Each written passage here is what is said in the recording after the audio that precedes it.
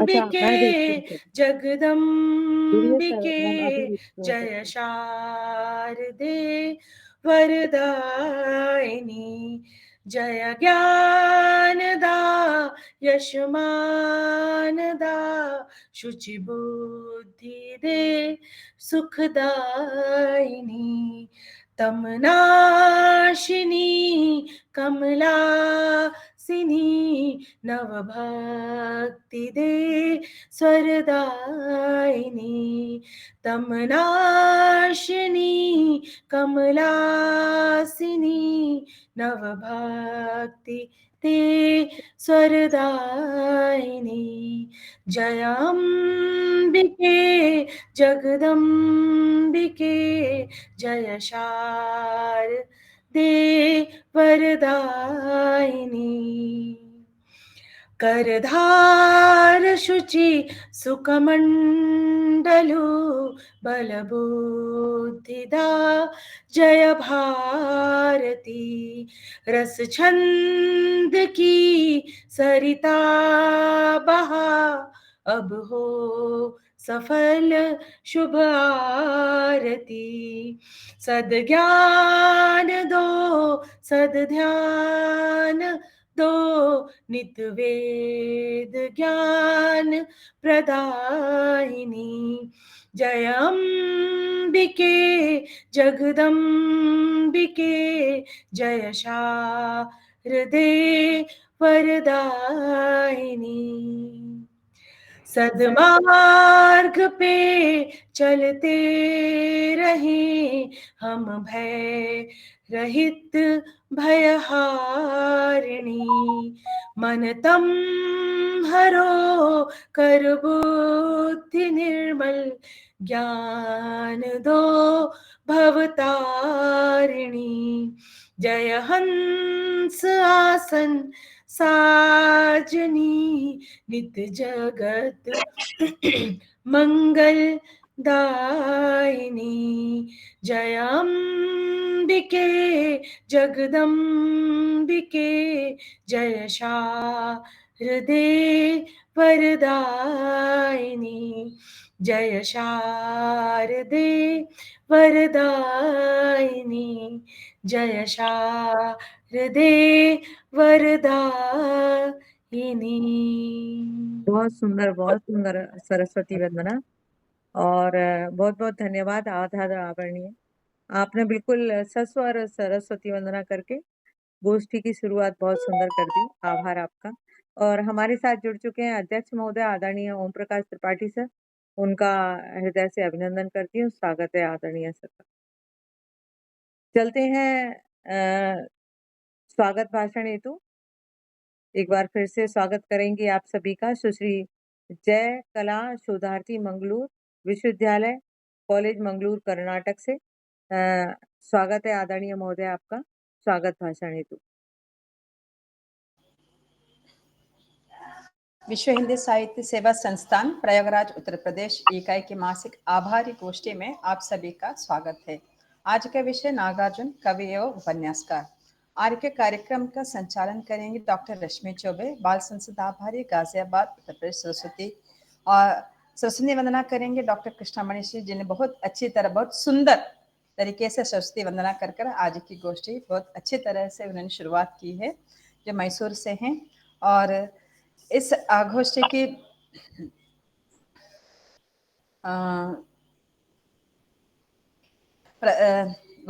वक्तव्य के वक्ता रहेंगे। पहले वक्ता हैं डॉक्टर सविता सौरभ, साहित्यकार वाराणसी उत्तर प्रदेश से। और उसके साथ प्रस्तावना रखेंगे डॉक्टर गोकुलेश्वर कुमार द्विवेदी जी, सचिव प्रयागराज उत्तर प्रदेश से। और दूसरे वक्ता रहेंगे डॉक्टर अनिल बाबूलाल सूर्यवंशी, विभाग अध्यक्ष हिंदी, दादा साहेब डॉक्टर साहेब जी पटेल महाविद्यालय जलगांव महाराष्ट्र। और अध्यक्षता निभाएंगे, सबका हार्दिक स्वागत है, अध्यक्षता निभाएंगे डॉक्टर विजयलक्ष्मी रामटेके, अध्यक्ष कार्याध्यक्ष विश्व हिंदी साहित्य सेवा संस्थान प्रयागराज। उसके साथ साथ ही जो अन्य पटल पर इस पटल पर जुड़े हुए हैं, जैसे Om Prakash Tripathi sir, Pushpa Srivastava ma'am, Savita Saurabh, Savita Karkare, Sunita Chaware, Vaishali Saliyan madam, आप सभी का हार्दिक स्वागत है। इसके साथ साथ विजयलक्ष्मी और रश्मि चौबे जी और जो इस पटल पे जुड़े हैं सभी का हार्दिक स्वागत है। और आज के पटल के जो विषय है नागार्जुन कवि और उपन्यासकार, उनके बारे में मैं उनके बारे में बताना चाहूंगी। जो जनवादी कवि नागार्जुन, जिनका जन्म 30 जून 1911 में बिहार में हुआ, उनका नाम वेदनाथ मिश्र है। हिंदी साहित्य में उन्होंने नागार्जुन नाम और मैथिली में यात्री उपनाम से उन्होंने रचनाओं का सृजन किया। उनकी जो कविता है बहुत मेरी अपनी बहुत पर्सनल, बहुत दिलचस्प, मुझे बहुत पसंद है। इसमें उन्होंने कई दिनों, बता सकती हूँ मैं, जी जी बिल्कुल, संक्षिप्त में कई बताइए। दिनों तक चूल्हा रोया चक्की रही उदास, कई दिनों तक कानी कुतिया सोई उनके पास, कई दिनों तक लगी भीत पर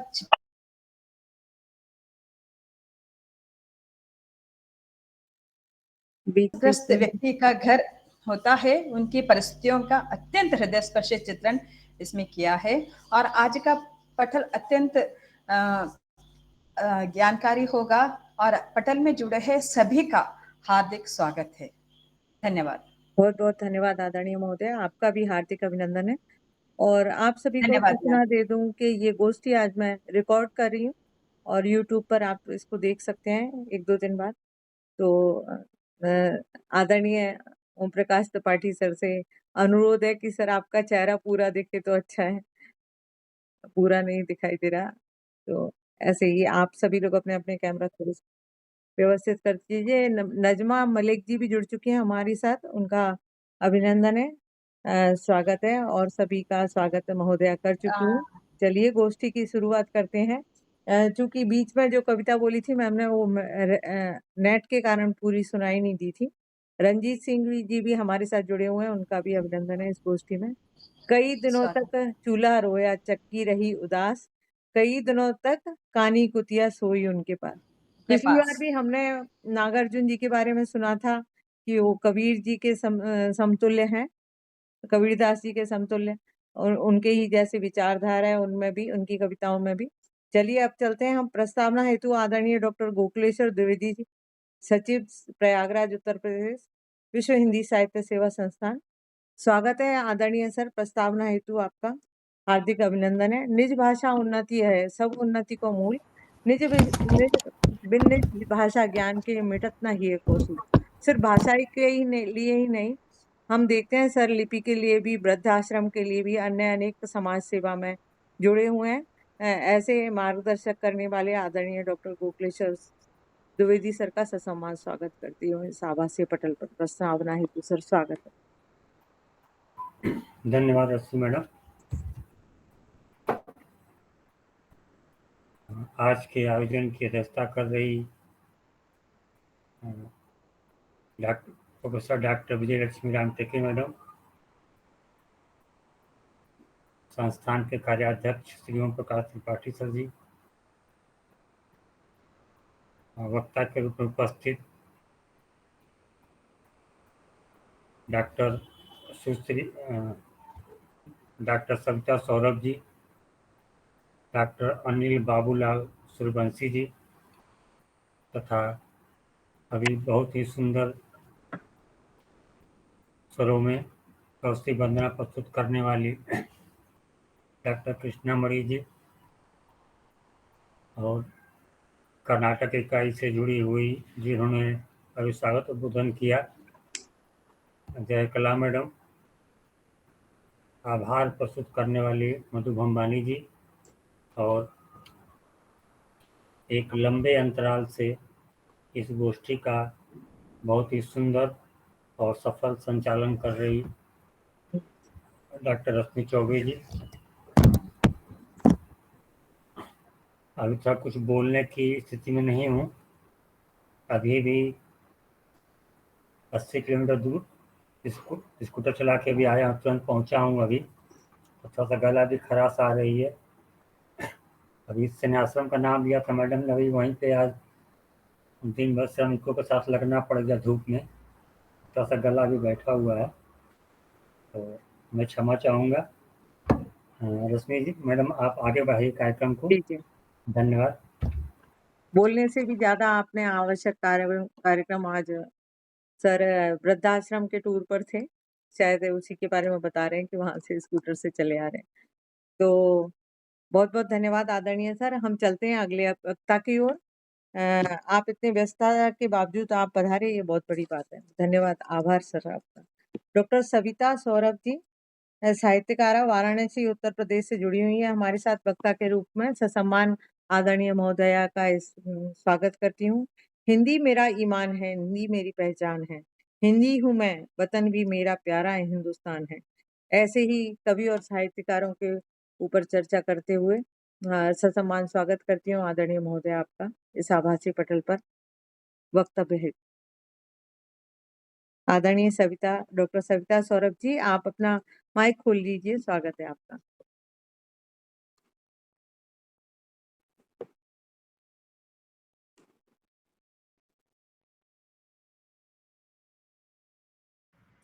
माइक खोल लीजिए आदरणीय, माइक खोल लीजिए। हाँ, वो प्रयास कर रही हैं प्रयास कर रही हैं ऐसा लग रहा है।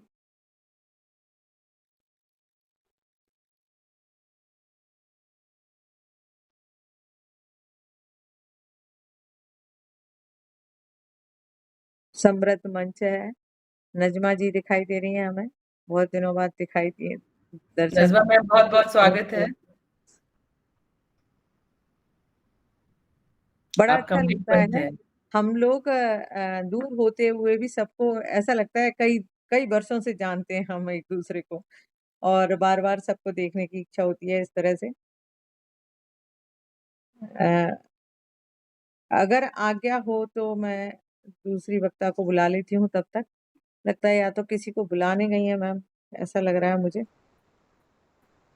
रश्मि आदरणीय, मैडम किसी और को बुला लीजिए, हाँ बाद में बुला लीजिएगा। हाँ, यही मैं सोच रही हूँ सर। चलिए चलते हैं अगले वक्ता की ओर। नागार्जुन जी की जो हमारे जो वक्तव्य था, आदरणीय जो कार्यकारी अध्यक्ष हैं हमारी, उनका पिछली बार ऐसा लग रहा था कि सुनते जाओ, और इस बार शायद वो आत्मसंतुष्टि हमें मिलेगी। तो चलते हैं हम अगले वक्ता की ओर। आदरणीय डॉक्टर अनिल बाबूलाल सूर्यवंशी जी, विभागाध्यक्ष हैं हिंदी, दादा साहेब डॉक्टर सुरेश जी पाटिल महाविद्यालय से, जलगांव महाराष्ट्र। ससम्मान स्वागत है आदरणीय डॉक्टर अनिल बाबू सर का। स्वागत है उद्बोधन हेतु सर आपका। दिखाई जी दे रहे हैं धन्यवाद सर, मैडम। और आपकी आवाज क्या भी स्पष्ट है। स्वागत है सर। क्या मेरी आवाज आ रही है ना? बिल्कुल स्पष्ट आ रही है सर। जी जी जी जी, धन्यवाद मैडम। इस संगोष्ठी की अध्यक्षा माननीय डॉक्टर विजय रामटेकी जी, संस्थान के अध्यक्ष, कार्याध्यक्ष परम आदरणीय ओम प्रकाश त्रिपाठी जी, सचिव परम आदरणीय डॉक्टर गोकुलेश्वर द्विवेदी जी, इस संगोष्ठी की संयोजिका माननीय पुष्पा जी, संचालिका आदरणीय डॉक्टर रश्मि जी, तथा अन्य सभी सम्माननीय वक्ता एवं विद्वज्जन, सभी को मेरा सादर प्रणाम। इस आज की संगोष्ठी का विषय है जी, अच्छा ये था। आज की संगोष्ठी का विषय है एक मिनट नागार्जुन। सविता जी, मैं दूसरे वक्ता को बुला लिया है मैंने। अभी मैं अच्छा, दोबारा आपके पास आऊंगी। जी सर, आप मेरी आवाज जा रही है? दोबारा से मेरी आपको आवाज जा रही है? आप दोबारा से बुलाऊंगी मैम आपको सर के बाद। सर आप जारी ठीक रखिए। है, ओके जी ओके। जी, आज का इस संगोष्ठी का विषय है नागार्जुन कवि और उपन्यासकार। हिंदी कविता में सन 1936 से 1943 तक के समय को प्रगतिवाद नाम से जाना जाता है। नागार्जुन जी प्रगतिवाद के विशिष्ट कवि थे। वे आज आधुनिक कवि के रूप में जाने जाते हैं, जैसे रश्मि जी ने यहाँ पर उल्लेख किया था। वे प्रतिबद्ध जन कवि थे। उनकी कविताओं में समकालीन राजनीतिक विडंबनाओं, जन विरोधी व्यवस्था की विसंगतियों एवं जनमन की अभिलाषाओं पर ममतामय ढंग से विचार व्यक्त हुआ। जैसे कि प्रस्तावना में आदरणीय महोदया ने बताया कि उन्होंने मैथिली में भी अपना लेखन कार्य किया है। जैसे कि उनकी कविता है मैथिली में लिखित पत्रहीन नग्न गाछ के लिए उन्हें साहित्य अकादमी का पुरस्कार प्राप्त हुआ है। उनकी हिंदी में कुछ काव्य संग्रह संस्कृति जो बहुत प्रसिद्ध है, जिसमें प्रमुखतः युगधारा, सतरंगे पंखों वाली, प्यासी पथरई आंखें, तालाब की मछलियां, खिचड़ी विप्लव देखा हमने, तुमने कहा था, पुरानी जीतों का कोरस, हजार बार बाहों वाली, आखिर ऐसा क्या कह दिया मैंने, इस गुबार की छाया में, आदि उनकी प्रमुख काव्य संग्रह कृतियां रही है। उन्होंने काव्य लेखन का अतिरिक्त उपन्यास लेखन कार्य भी किया है, जिसमें प्रमुखता उनके प्रसिद्ध उपन्यास है रतिनाथ की चाची, बलशनामा, बापा बटेश्वरनाथ है। अब समय की गरिमा को ध्यान में रखते हैं और विषय है कि नागार्जुन कवि और उपन्यास का। मुझे 10 मिनट मिले हैं और 10 मिनट में कवि और उपन्यास इन दोनों पक्षों को लेकर मैं यहाँ पर उनकी बात नहीं रखना चाहता, कि उनके काव्य पक्ष को लेकर अपनी बात यहाँ पर मैं रखना चाहता हूँ। नागार्जुन को प्रगतिशील काव्य धारा का आधार कवि माना जाता है। उन्होंने जीवन को विविध रूपों में, जटिल संघर्षों को, राजनीतिक विकृतियों को, मजदूर आंदोलनों को, किसान जीवन के सामान्य सुख दुख को पहचानने और अभिव्यक्त करने का दायित्व निभाया है।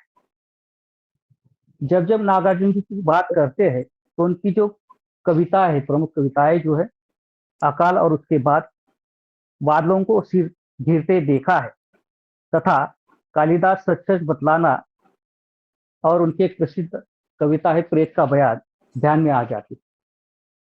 इन तीनों कविताओं की विषय वस्तु अलग अलग है, इनका शिल्प भी एक दूसरे से भिन्न है और तीनों की संवेदना भी अलग है। किसी भी वस्तु, भाव और स्थिति के हृदय पर पड़े प्रभाव की प्रतिक्रिया ही संवेदनाएं कर। नागार्जुन जी का काव्य संसार वैविध्यमय होने के कारण बहुत व्यापक और विराट है। इसमें प्रकृति, मनुष्य, पशु, राजनीतिक, सामाजिक जीवन, जीवन के मधुर एवं कोमल पक्ष, व्यंग की तीखी धार, दैनंदिन जीवन की गतिविधियां सब शामिल है। नागार्जुन जी का यह वैविध्यमय संसार उनकी काव्य संवेदना का हिस्सा बन गई। नागार्जुन जी आधुनिक हिंदी कविता को जटिलता के बचाने और उसके व्यापक जनजीवन में जीने योग्य बनाने के लिए जटिलता के विरुद्ध सरलता का सौंदर्य प्रस्तुत करते वाली असंख्य कविताएं उन्होंने लिखी, जैसे कि एक और सुबह सुबह और चंदू मैंने सपना देखा जैसी सहज मानवीय अनुभव की कविताएं हैं, तो दूसरी ओर बहुत दिनों बाद कविता में अपने गांव की प्रकृति और संस्कृति की अभिव्यक्ति वे करते हैं। नागार्जुन जब प्रकृति के सौंदर्य की कविता लिखते हैं तब भी वे समाज की विरूपता नहीं भूलते हैं। इसकी सच्चाई उनके द्वारा लिखित काले काले जैसी छोटी सी कविता में हमें देखने को मिलती है। जैसे उन्होंने लिखा इस कविता में, काले काले ऋतु रंग, काली काली घन छटा, काली काली छवि छटा, काले काले परिवेश, काली काली करतूत। उनकी अनेक कविताएं जन आंदोलन की लिए लिखी गई कविताएं हैं। उन कविताओं को पाठक और श्रोता जन आंदोलन से जुड़े। आदरणीय शमशेर जी ने उनके बारे में एक कविता लिखी है, जिसमें बाबा हमारे नागार्जुन बाबा कविता में ठीक ही कहा है कि नागार्जुन की कविता अपनी पहुंच के लिए उम्र की भी कोई सीमा स्वीकार नहीं करती, वो बच्चों, जवानों और बूढ़ों तक पहुंच जाती है। नागार्जुन जी कहते हैं कि अच्छी कविता एक सार्थक संवाद है। संवाद के लिए दूसरे का होना जरूरी है। वह दूसरा जैसा होगा, संवाद भी वैसा ही होगा। कवि नागार्जुन जी के सामने संवाद के लिए वह दूसरा प्राय जन समुदाय होता है। वे कहते हैं, जनता मुझसे पूछ रही है क्या बतलाऊं, जन कवि हूं मैं, साफ कहूंगा क्यों हकलाऊं। नागार्जुन जी भारत की सामाजिक दशा पर जब तक व्यंग्य के प्रहार करते रहे। व्यवस्था की विसंगतियों एवं युग यथार्थ की विद्युताओं की पोल खोलने हेतु व्यंग्य उनका सर्वाधिक हथियार बना हुआ है। नागरिक जीवन की मजबूरियां, अकाल, अभाव, भूख, महामारी जैसी आपदाएं उनकी कविताओं का कथ्य एवं विषय रहा है। मास्टर कविता में देश की शिक्षा व्यवस्था पर और आर्थिक दशा पर तीक्ष्ण व्यंग्य उन्होंने किया है। आज हम देखते हैं कि शिक्षा पद्धति की कितनी दयनीय स्थिति हो गई है, इसका वर्णन उन्होंने पहले ही अपनी इस कविता में करके रखा है। इसके साथ साथ उनकी यथार्थ को अभिव्यक्त करने वाली कविता है प्रेत का बयान, जिस पर मैं अभी अपना मंतव्य प्रस्तुत करना चाहता हूँ। प्रेत का बयान इसी श्रेणी की महत्वपूर्ण कविता है जिसमें भूख से मरने वाले एक भयानक अध्यापक प्रेत का बयान दर्ज किया गया। यह कविता सर्वप्रथम अपने शीर्षक से ही हमें चौंका दी। भूख, अकाल, अभाव आदि नागार्जुन की कई कविताओं का विषय रहा, किंतु अपनी संरचना और अभिव्यक्ति की दृष्टि से प्रेत का बयान उन सभी कविताओं से विशिष्ट अपना स्थान रखती है। कविता का ढांचा कलात्मक है। जब नरक के मालिक यमराज प्रेत से पूछते हैं, सच सच बतला कैसे मरा तू, भूख से, अकाल से, तो कांपती हड्डियों के उस ढांचे ने अर्थात प्राइमरी स्कूल के मास्टर जी के प्रेत ने सच सच बयान किया कि वह स्वाधीन भारत का, वह कायस्थ जाति का नागरिक, पेशे से स्कूल मास्टर था, किंतु भूख या क्षुधा नाम हो जिसका, ऐसी किसी व्याधि का पता नहीं हमको। सावधान महाराज, नाम नहीं लीजिएगा हमारे समक्ष फिर कभी भूख का। सरलता पूर्वक निकले थे प्राण, सह न सकी आंख जब पेचिश का हमला।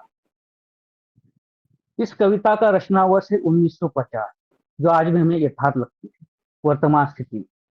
वर्तमान में भारतीय समाज की अधिकांश जनता का हाल आज भी उसी पेट या प्राइमरी मास्टर से बदतर होता जा दिखाई देता है। इस कविता में स्वाधीन भारत की व्यवस्था पर व्यंग्य किया गया, फैंटेसी के द्वारा भारत के सामाजिक आर्थिक यथार्थ पर प्रहार किया। एक मास्टर के प्रेत के बयान से स्पष्ट किया गया है कि अन्न अभाव ने उस दौर की राष्ट्र निर्माता कहे जाने वाली शिक्षक की जान ली। जिस राष्ट्र का शिक्षक भूख से तड़प कर मर रहे हैं, उस देश के बच्चों और नौजवानों को वो किस राष्ट्र प्रेम का उपदेश दे। यह यथार्थ आज की भारतीय स्वाधीनता के 75 वर्ष बाद भी समाज में व्याप्त अभाव, अकाल, भूख, दुर्व्यवस्था के कारण अल्प वेतन भोगी शिक्षक का जीवन भयावह हो गया। ये स्थिति वर्तमान काल में भी हम देख सकते हैं। शायद मुझे 10 मिनट का समय दिया गया था और 10 मिनट में मैं अपने मंतव्य को कैसे रखूं, ये दुविधा मेरे सामने थी। फिर भी मैंने कम समय में अपना मंतव्य यहाँ पर प्रस्तुत किया। आयोजकों ने मुझे यहाँ पर सम्मान पूर्वक अपना मंतव्य प्रस्तुत करने के लिए आमंत्रित किया तथा हमारे जो मित्र जितेंद्र पाटिल जी ने मुझे यह अवसर प्रदान किया, उनके प्रति मैं आभार व्यक्त करता हूँ और अपने मंतव्य को पूर्ण विराम देता हूँ। धन्यवाद। बहुत सुंदर उद्बोधन, बहुत बढ़िया सर, बहुत बहुत आभार आपका। जी, और जी, आपने मुझे कहा धन्यवाद। कि जन आंदोलन पर लिखी कविताएं लिखी और सचमुच जी, आपका बहुत ही सुंदर उद्बोधन था। बहुत बहुत धन्यवाद। जी, धन्यवाद। गांधी जी के 3 बंदरों पर जो कविता लिखी थी नागार्जुन जी, की, जी, वो है। जी, जी, उनकी कुछ वो पंक्तियां वो बोलती हूँ। जी, सेठों का जी, हित साध रहे हैं तीनों बंदर बापू के, युग पर प्रवचन लाद रहे हैं तीनों बंदर बापू के, सत्य हिंसा फांक रहे हैं तीनों बंदर बापू के, पूंछों से छवि आंक रहे हैं तीनों बंदर बापू, दल से ऊपर दल के नीचे तीनों बंदर बापू के, मुस्काते हैं आंखें नीचे तीनों बंदर बापू के। बहुत बहुत जी, धन्यवाद राजनीति पर आदरणीय सर, जी, बहुत सुंदर उद्बोधन राजनीति आपका। पर व्यंग्य किया उस हाँ कविता हाँ के माध्यम हाँ में। हाँ। ज्यादा उस समय की गरिमा थी, इसलिए कम संक्षेप में मैंने नहीं रखा। नहीं, बहुत बहुत अच्छा था सर, जी, तब भी सर कम समय में सुंदर उद्बोधन। बहुत बहुत जी, आभार आपका। धन्यवाद। और अभी इसी भक्तियों के साथ मैं एक बार फिर से चलते हैं आदरणीय डॉक्टर सविता सौरभ जी की ओर, साहित्यकार, वाराणसी, उत्तर प्रदेश से। ससम्मान स्वागत है आदरणीय महोदय आपके उद्बोधन हेतु सभी। और मनी बेन जी जुड़ चुकी हैं, उनका स्वागत है। स्वागत है जी, सविता आप जी। सभी को बहुत बहुत नमस्कार, प्रणाम। प्रणाम। सविता जी, आप स्पष्ट और सुंदर दिखाई दे रही हैं आप, और शुरुआत कीजिए आपके उद्बोधन की। स्वागत है मेरी सर। आवाज सुनाई दे रही है आप लोगों बिल्कुल को? बिल्कुल बिल्कुल स्पष्ट सुनाई। जी जी जी जी, धन्यवाद। मैं शुरू नमस्कार करती सविता हूँ। दीदी। नमस्ते नमस्ते नमस्कार। दीदी, नमस्ते। नागार्जुन कवि और उपन्यासकार। शीर्षक है 10 मिनट में मैं अपनी बात रखती हूँ। जनता मुझसे पूछ रही है क्या बतलाऊं, जनता मुझसे पूछ रही है क्या बतलाऊं, जन कवि हूं मैं साफ कहूंगा क्यों हकलाऊं, जन कवि हूं मैं साफ कहूंगा क्यों हकलाऊं। जनता की आवाज को आम जुबान में बयान करने वाले कवि ऐसी धारदार और स्पष्ट लिखने वाले और कोई नहीं बल्कि नागार्जुन और सिर्फ नागार्जुन ही हो सकते हैं। प्रगतिवाद के उल्लेखनीय साहित्यकारों में श्री वैद्यनाथ मिश्र यात्री यानी बाबा नागार्जुन का नाम शीर्ष पर है। आज उनकी जयंती है। उनका जन्म 30 जून 1911 को बिहार के मधुबनी जिले में सतलावा गांव में ब्राह्मण परिवार गोकुल मिश्र और उमा देवी के घर हुआ था। दुर्भाग्यवश उनके घर में बच्चों की अकाल मृत्यु हो जाती थी। ग्रह से बचाने के लिए उनका नाम ढक्कन मिश्र रखा गया। उनके 4 बड़े भाइयों का असामयिक निधन हो गया था। तब उनकी मां ने नजर बचाने के लिए उनका नाम ढक्कन मिश्र रखा। आज भी माएं अपनी बच्चों को नजर से बचाने के लिए कुछ अजीब सा अनगढ़ नाम रख देती हैं। बाद के दिनों में यही ढक्कन मिश्र नागार्जुन के रूप में मशहूर हुए। पिता किसान कर्मकांडी ब्राह्मण थे। लगभग 3 वर्ष की अवस्था में इनकी मां का निधन हो गया।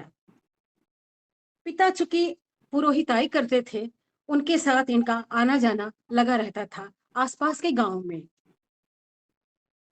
घुमंतु प्रकृति इनके तभी वहीं से शुरुआत होती है। बाबा नागार्जुन का असली नाम वैद्यनाथ मिश्र था। वे अपनी भाषा मैथिली में यात्री नाम से लिखा करते थे। यह उनका खुद का चुना हुआ उपनाम था। हुआ यूं कि बचपन में पिता के साथ यजमानी के लिए जाया करते थे। वहीं पर राहुल सांकृत्यायन की पुस्तक संयुक्त निकाय, जो कि हिंदी अनुवाद था, लेकिन उनको पढ़ना था मूल रूप में, इसलिए इन्होंने लंका जाना है श्रेयस्कर समझा और ये लंका प्रस्थान कर गए। और वहां जाकर के वहां के मठ में इन्होंने शरण ली और फिर वहां इन्होंने पाली सीखा उस पुस्तक को पढ़ने के लिए। और वहां के विद्यार्थियों को ये संस्कृत पढ़ाते थे और उसके बदले में इनको वहां पाली पढ़ने का अवसर मिल गया। फिर इन्होंने उस किताब को, राहुल सांकृत्यायन की किताब को पढ़ा। यहीं से अपने नाम के साथ उन्होंने यात्री भी लगाया। वहीं पर बौद्ध धर्म में दीक्षित हुए और बौद्ध धर्म में दीक्षित होने के बाद इनकी रचनाओं को लोग इतने प्रभावित हुए कि इनको बाबा कहना शुरू कर दिया और इस तरह ये बाबा नागार्जुन के नाम से वहां प्रसिद्ध हो गए। इस तरह हम देखते हैं कि यात्री और वैद्यनाथ मिश्र और बाद में बाबा नागार्जुन के नाम से ये विख्यात हुए। इनकी पहली कविता जो मैथिली पत्रिका में आई, तब इनकी उम्र 18 साल थी। और पहली हिंदी कविता जो इनकी राम के प्रति शीर्षक से थी, वो लाहौर से निकलने वाली पत्रिका विश्व बंधु में छपी थी। संस्कृत, मैथिली, बंगला जैसी रचनाओं का अनुवाद भी इन्होंने किया और इन्होंने उसमें अपनी पुस्तकें भी लिखी। बाबा नागार्जुन हिंदी, मैथिली, बांग्ला और संस्कृत के बहुत गहरे कवि थे। उनकी कविताओं से सत्ता में बैठे लोग तिलमिला जाते थे। उनकी कविताओं में शब्द नहीं, आग उगलती थी।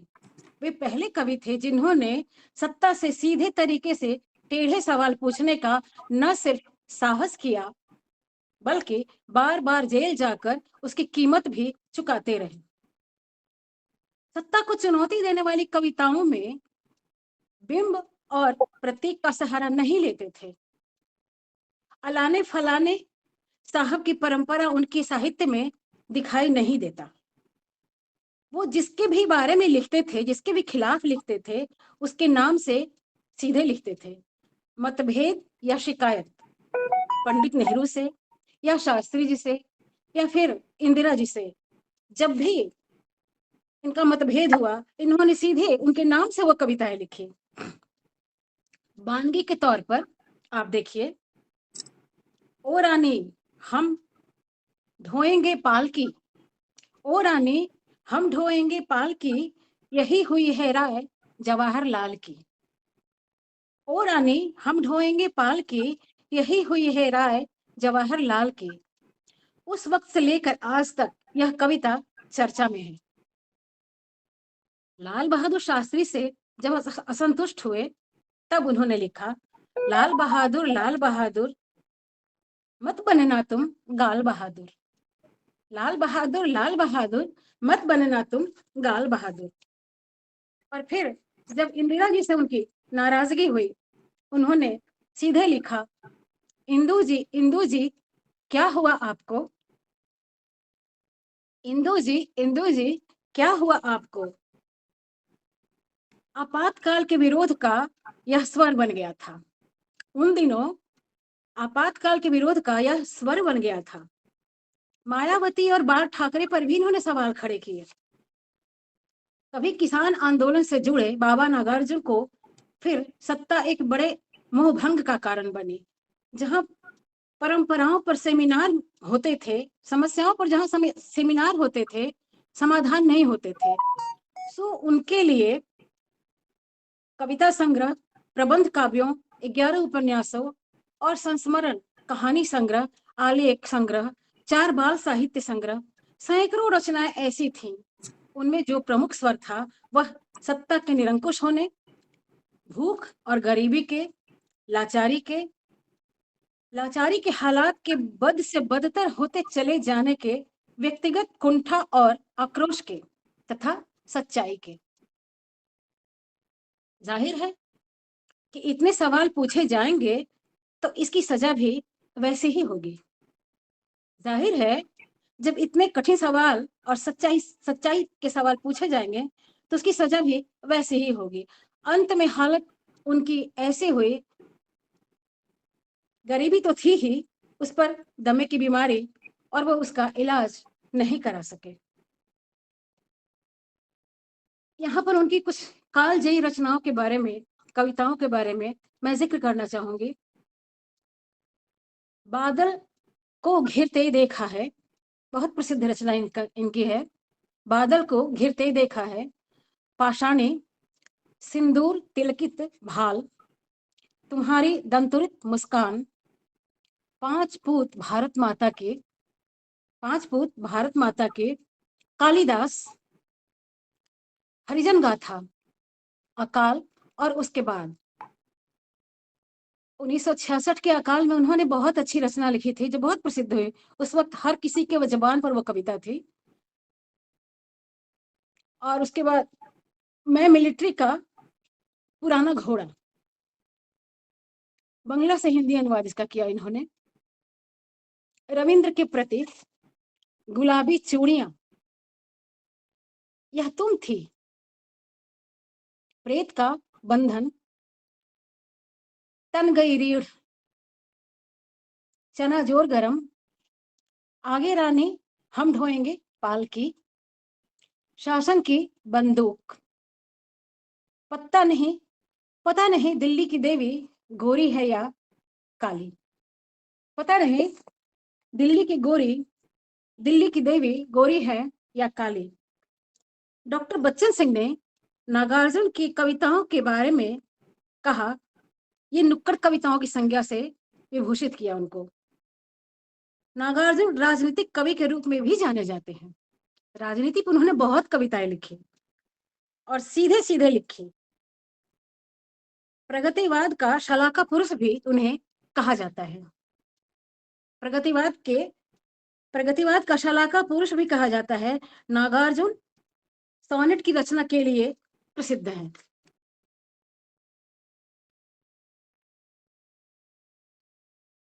नागार्जुन की कुछ गद्य की रचनाएं, युगधारा 1956 में, सतरंगे पंखों वाली 1959 में छपी, प्यासी पथराई आंखें 1962, भस्मांकुर खंड काव्य 1971, तालाब की मछलियां 1915, खिचड़ी विप्लव देखा हमने 1980, तुमने कहा था 1980, हजार हजार बाहों वाली 1981, पुरानी जूतियों का पोरस 1983, रत्न गर्भा 1984, ऐसे भी हम क्या ऐसे भी तुम क्या, आखिर ऐसा क्या कह दिया मैंने 1986, हम गुब्बारे की छाया में 1990, भूल जाओ पुराने सपने 1994, अपने खेत में 1997 और भूमिजा प्रबंध का भी इनका लास्ट में निकला।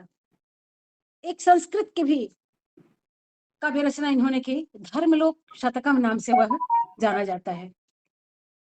उपन्यास जो काफी लोकप्रिय हुए, रतिनाथ की चाची, बलचनमा, बाबा बटेश्वर नाथ, नई पौध, वरुण के बेटे, दुखमोचन, उग्रतारा, कुंभी पाक, पारो, आसमान में चांद तारे, और व्यंग भी उन्होंने लिखा। व्यंग की उनकी किताब है अभिनंदन। निबंध संग्रह अन्नहीनम क्रियानाम, उनके निबंध संग्रह है अन्नहीनम क्रियानाम। बाल साहित्य कथा मंजरी भाग 1, कथा मंजरी भाग 2, मर्यादा पुरुषोत्तम, विद्यापति की कहानियां, मैथिली रचनाएं, मैथिली रचनाओं में है चित्रा, पत्रहीन नग्न गाछ कविता संग्रह, पारो, नवतुरिया उपन्यास। बंगला रचनाओं में मिलिट्री का पुराना घोड़ा, उसका हिंदी अनुवाद। ऐसा क्या कह दिया मैंने, नागार्जुन का रचना संचयन।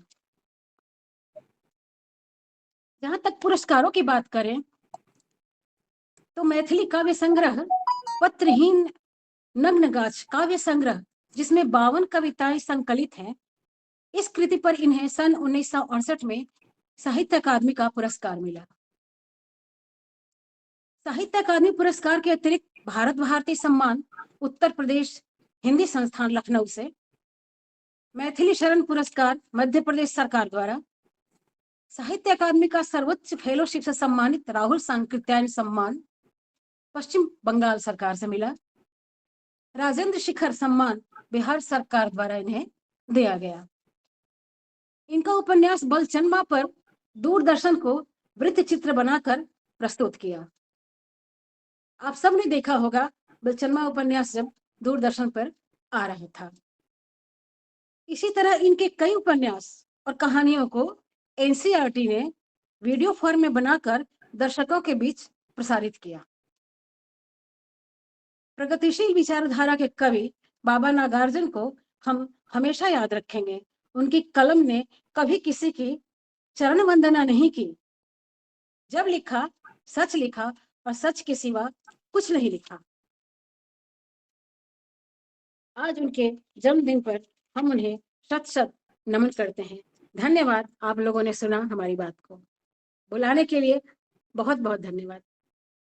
बहुत सुंदर उद्बोधन, और ऐसा लग रहा था कि आपने संपूर्ण जानकारी को संक्षिप्त में लाकर हम सबके सामने रख दिया है। बहुत ही सुंदर उद्बोधन। बहुत सुंदर चर्चा जी, बहुत सुंदर है। बहुत धन्यवाद सुंदर। मणि जी, धन्यवाद। बहुत मैम, सुंदर अभी आपने बताया। अच्छी पटल पर जानकारी दी, सार्थक जानकारी दी। बिल्कुल बिल्कुल, बहुत बहुत मैम, अभी धन्यवाद और आभार व्यक्त करती हूँ आपका। बहुत सुंदर उद्बोधन। बापू के भी ताऊ निकले तीनों बंदर बापू के, सरल सूत्र उलझाऊ निकले तीनों बंदर बापू के, सचमुच जीवन दानी निकले तीनों बंदर बापू के, ज्ञानी निकले ध्यानी निकले तीनों बंदर बापू के, जलथल गगन बिहारी निकले तीनों बंदर बापू के, लीला के गिरधारी निकले तीनों बंदर बापू के। इन्हीं शब्दों के साथ मैं सादर आमंत्रित करती हूँ आज की अगली वक्ता डॉक्टर सीमा वर्मा, लखनऊ उत्तर प्रदेश से। उनका ससम्मान स्वागत है इस आभासीय पटल पर। हालांकि मुझे वो मैम दिखाई नहीं दे रही हैं, अगर जुड़ी हो तो जुड़िएगा। मैं तब तक ससम्मान स्वागत करती हूँ। सरस्वती वर्मा जी जुड़ी हुई है हमारे साथ, सुषमा शुक्ला जी भी जुड़ी हुई है हमारे साथ, उनका स्वागत है इस आभासीय पटल पर। अशोक कोठारी जी भी जुड़े हुए हैं, उनका स्वागत है। शहनाज शेख जी भी जुड़े हुए, उनका स्वागत है। दिव्या जी प्रभा जुड़ी हुई हैं, और रविता कवाले जी भी जुड़ी हुई हैं, उनका ससम्मान स्वागत है। और पुष्पा जी कुछ कहना चाहती हैं। शहनाज शेख जी जुड़ी हुई, उनका स्वागत है। पुष्पा जी बताइए क्या कहना चाह रही हैं आप मैम?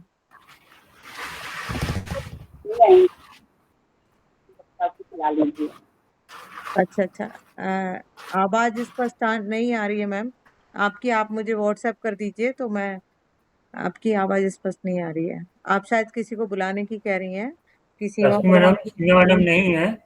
हाँ हाँ, तो किसी और को बुला लें या अध्यक्ष विजय महोदय? राम टेके को बुला लीजिए। जी जी, ठीक है।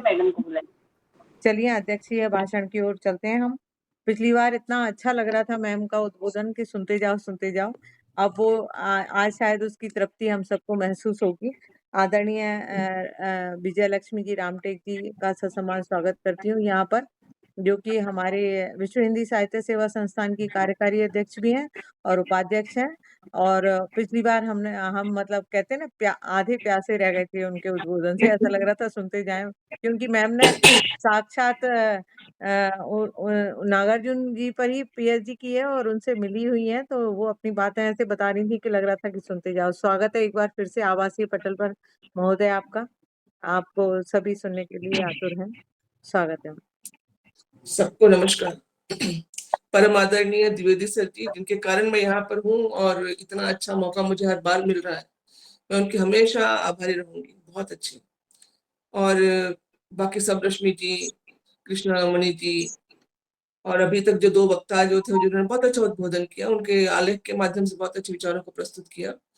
काफी महत्वपूर्ण थी बातें जो सविता मैडम ने कही, वक्ता ने भी कहा, तो आप सबने बहुत अच्छा कहा।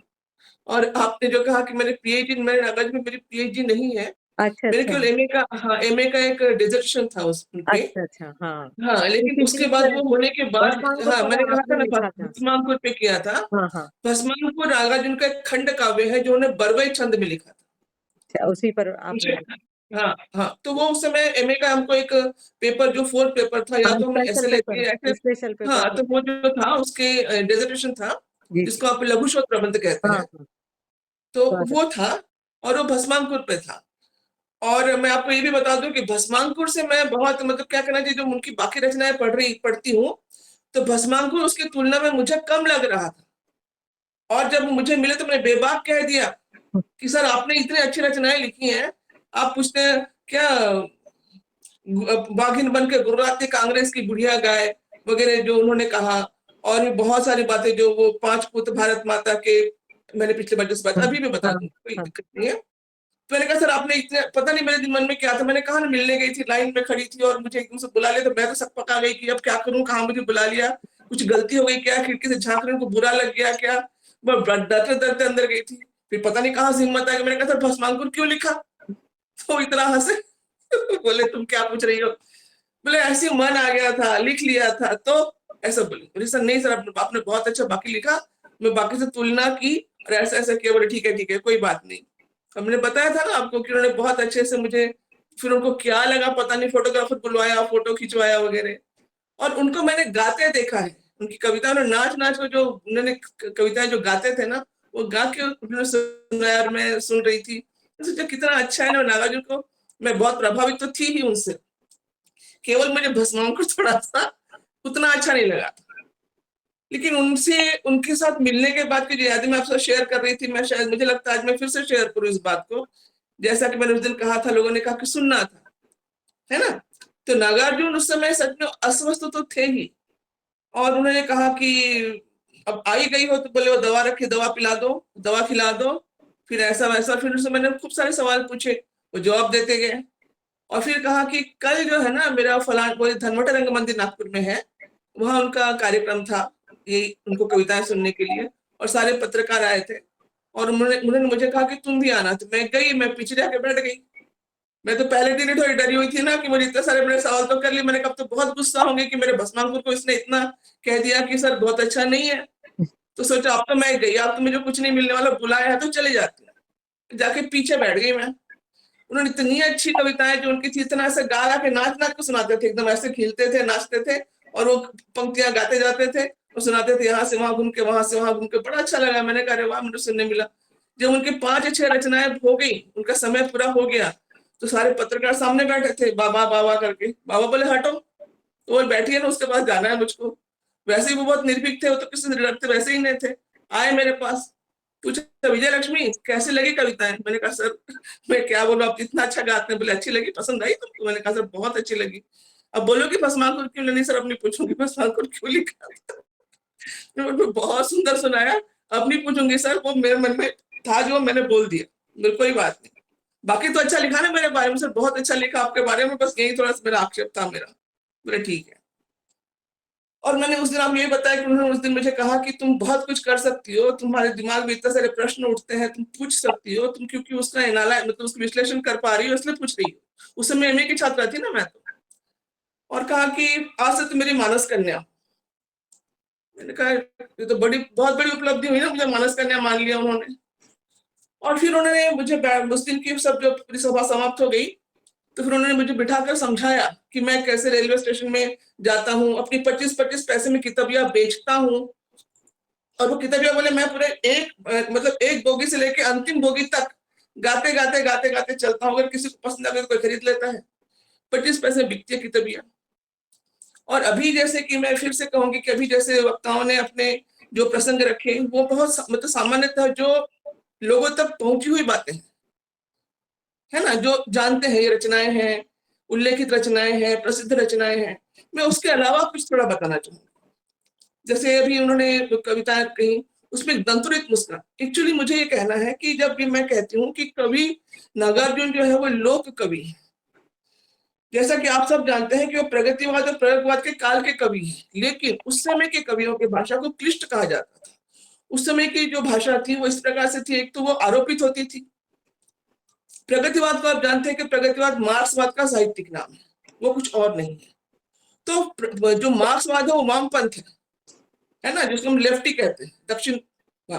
जब लोगों ने पूछा कि आप तो बड़ी बड़ी बातें करते हैं तो आप इससे क्यों जुड़े, तो बोले क्या कहा उन्होंने कि लोगों दक्षिण हो या वाम, लोगों को उससे क्या काम, लोगों तो जनता को तो बस रोटी से काम, दक्षिण हो या वाम उससे क्या फर्क पड़ता है कि मैं किस विचारधारा से जुड़ा हूं। मैं तो मांगता हूँ रोटी दो, जो दे दे वही मेरा अपना है। इसके अलावा एक बात उनमें जो विशेष थी, मैंने बताया था पिछली बार, फिर कह रही हूँ कि इस समय की जो भाषा को क्लिष्ट माना जाता था, इतनी कॉम्प्लिकेटेड लैंग्वेज है, उस क्लिष्ट भाषा के समय के ये एकमात्र कवि ऐसे हैं जो चौपालों में भी गाए जाते थे, किसानों में भी गाए जाते थे, और जिनके विद्वानों की जो मंडली होती कवि सम्मेलन में बुलाते थे वहां भी उनका उतना ही स्वागत होता। तो ऐसी पंक्तियां लिखना आसान नहीं है ना कि सर्वहारा वर्ग जो है उनसे जुड़ जाए। विद्वान से विद्वान व्यक्ति भी उनके साथ जुड़ा हुआ है, और कमजोर तबका जो पढ़ा लिखा नहीं है वो भी उनको उतनी ही आत्मीयता से ग्रहण करता है, उतनी ही आत्मीयता से समझ सकता है। ये उनकी विलक्षणता थी। उसके अलावा ये जो है, जब जन कवि कहते हैं तो उनकी जो कविताएं हैं, जब देखिए अक्सर आप देखते हैं सौंदर्य के रूप में अगर आप देखेंगे तो किसी सुंदर से बालक का वर्णन आएगा, है ना, बहुत ऐसा गुबगुबित ऐसा बच्चा जो बहुत गोरा हो, सुंदर हो, बहुत अमीर घर से, इस प्रकार के बच्चों को बालक के रूप में आप अक्सर देखेंगे।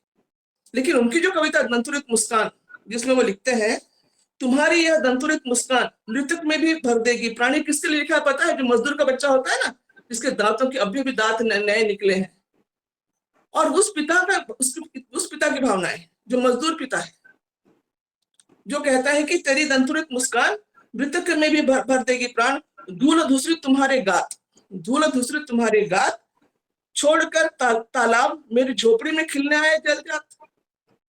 मेरी झोपड़ी में कमल खिलाने आए हो तुम, मैं तो झोपड़ी का रहने वाला। ये जो सौंदर्य बोध है ये आपको कहीं नहीं मिलेगा।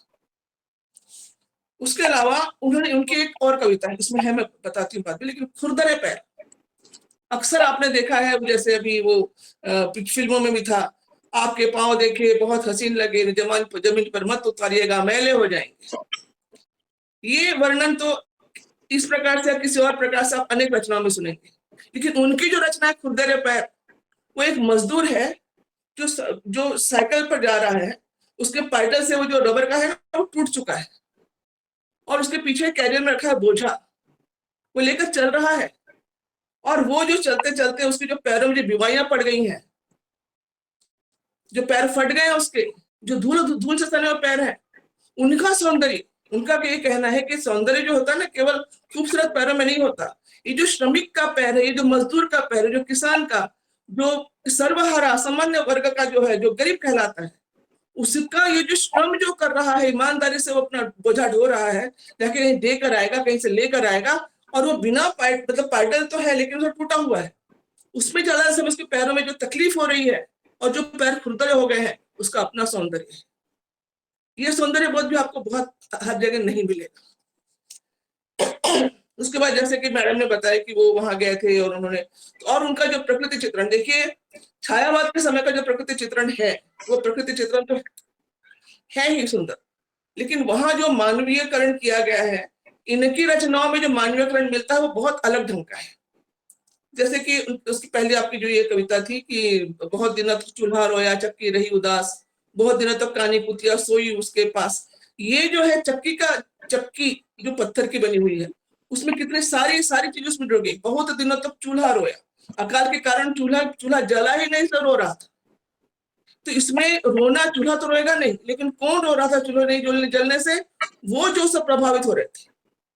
चूल्हे का रोना किसी पत्थर का रोना नहीं है, चूल्हे का रोना उन सारे समुदाय का रोना है जिनके घर में चूल्हा नहीं जल पाया, जिनके घर में पेट खाली है, जिनके पास भोजन नहीं है।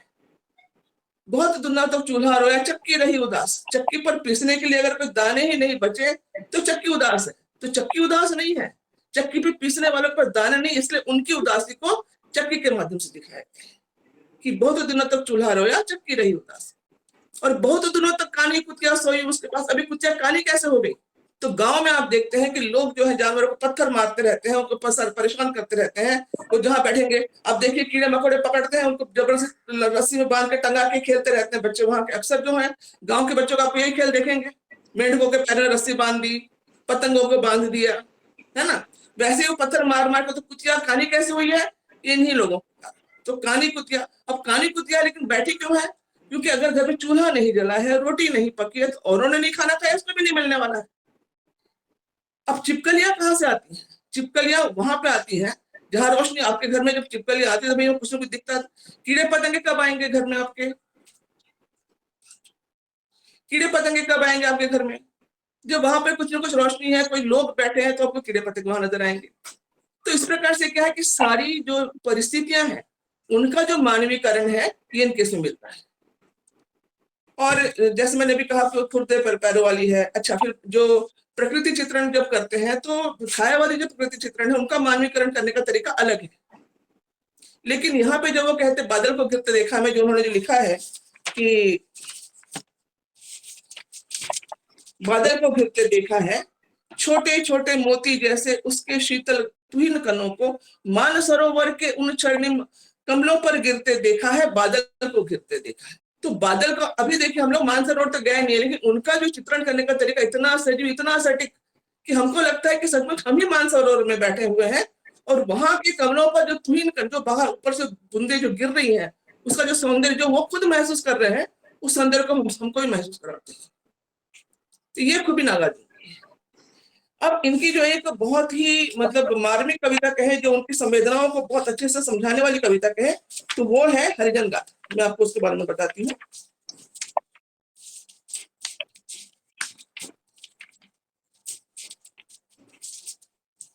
हरिजन गाथा जो कविता है वो एक वास्तविक जो घटना घटी है उसमें 1977 में, 27 मई 1977 को बेलची गांव में 13 दलित लोगों की हत्या की गई थी।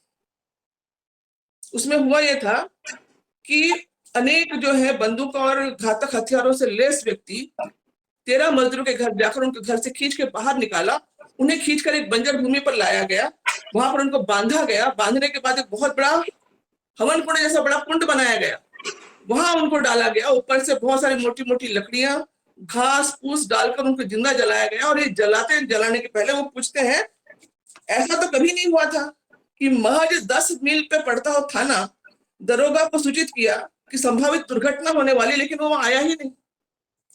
तो मतलब क्या था? उसकी भी उसकी मिली भगत है, वो जानता है क्या घटना होने वाली, बाहर जाओ, यहाँ पे घटना होने वाली है। अब आगे लिखते हैं वो कि सरेआम मोटे मोटे कनस्तर, उपलों के ढेर, मोटे मोटे लक्कड़, सूखी घास के पूरे ढेर, एक विराट चिता कुंड के लिए खोदा गया एक विशाल गड्ढा।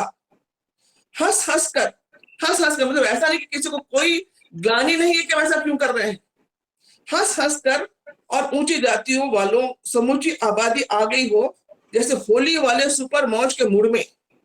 इस तरह जिंदा झोंक दिए गए 13 मनुपुत्र 100 भाग्यवान मनुपुत्रों के द्वारा।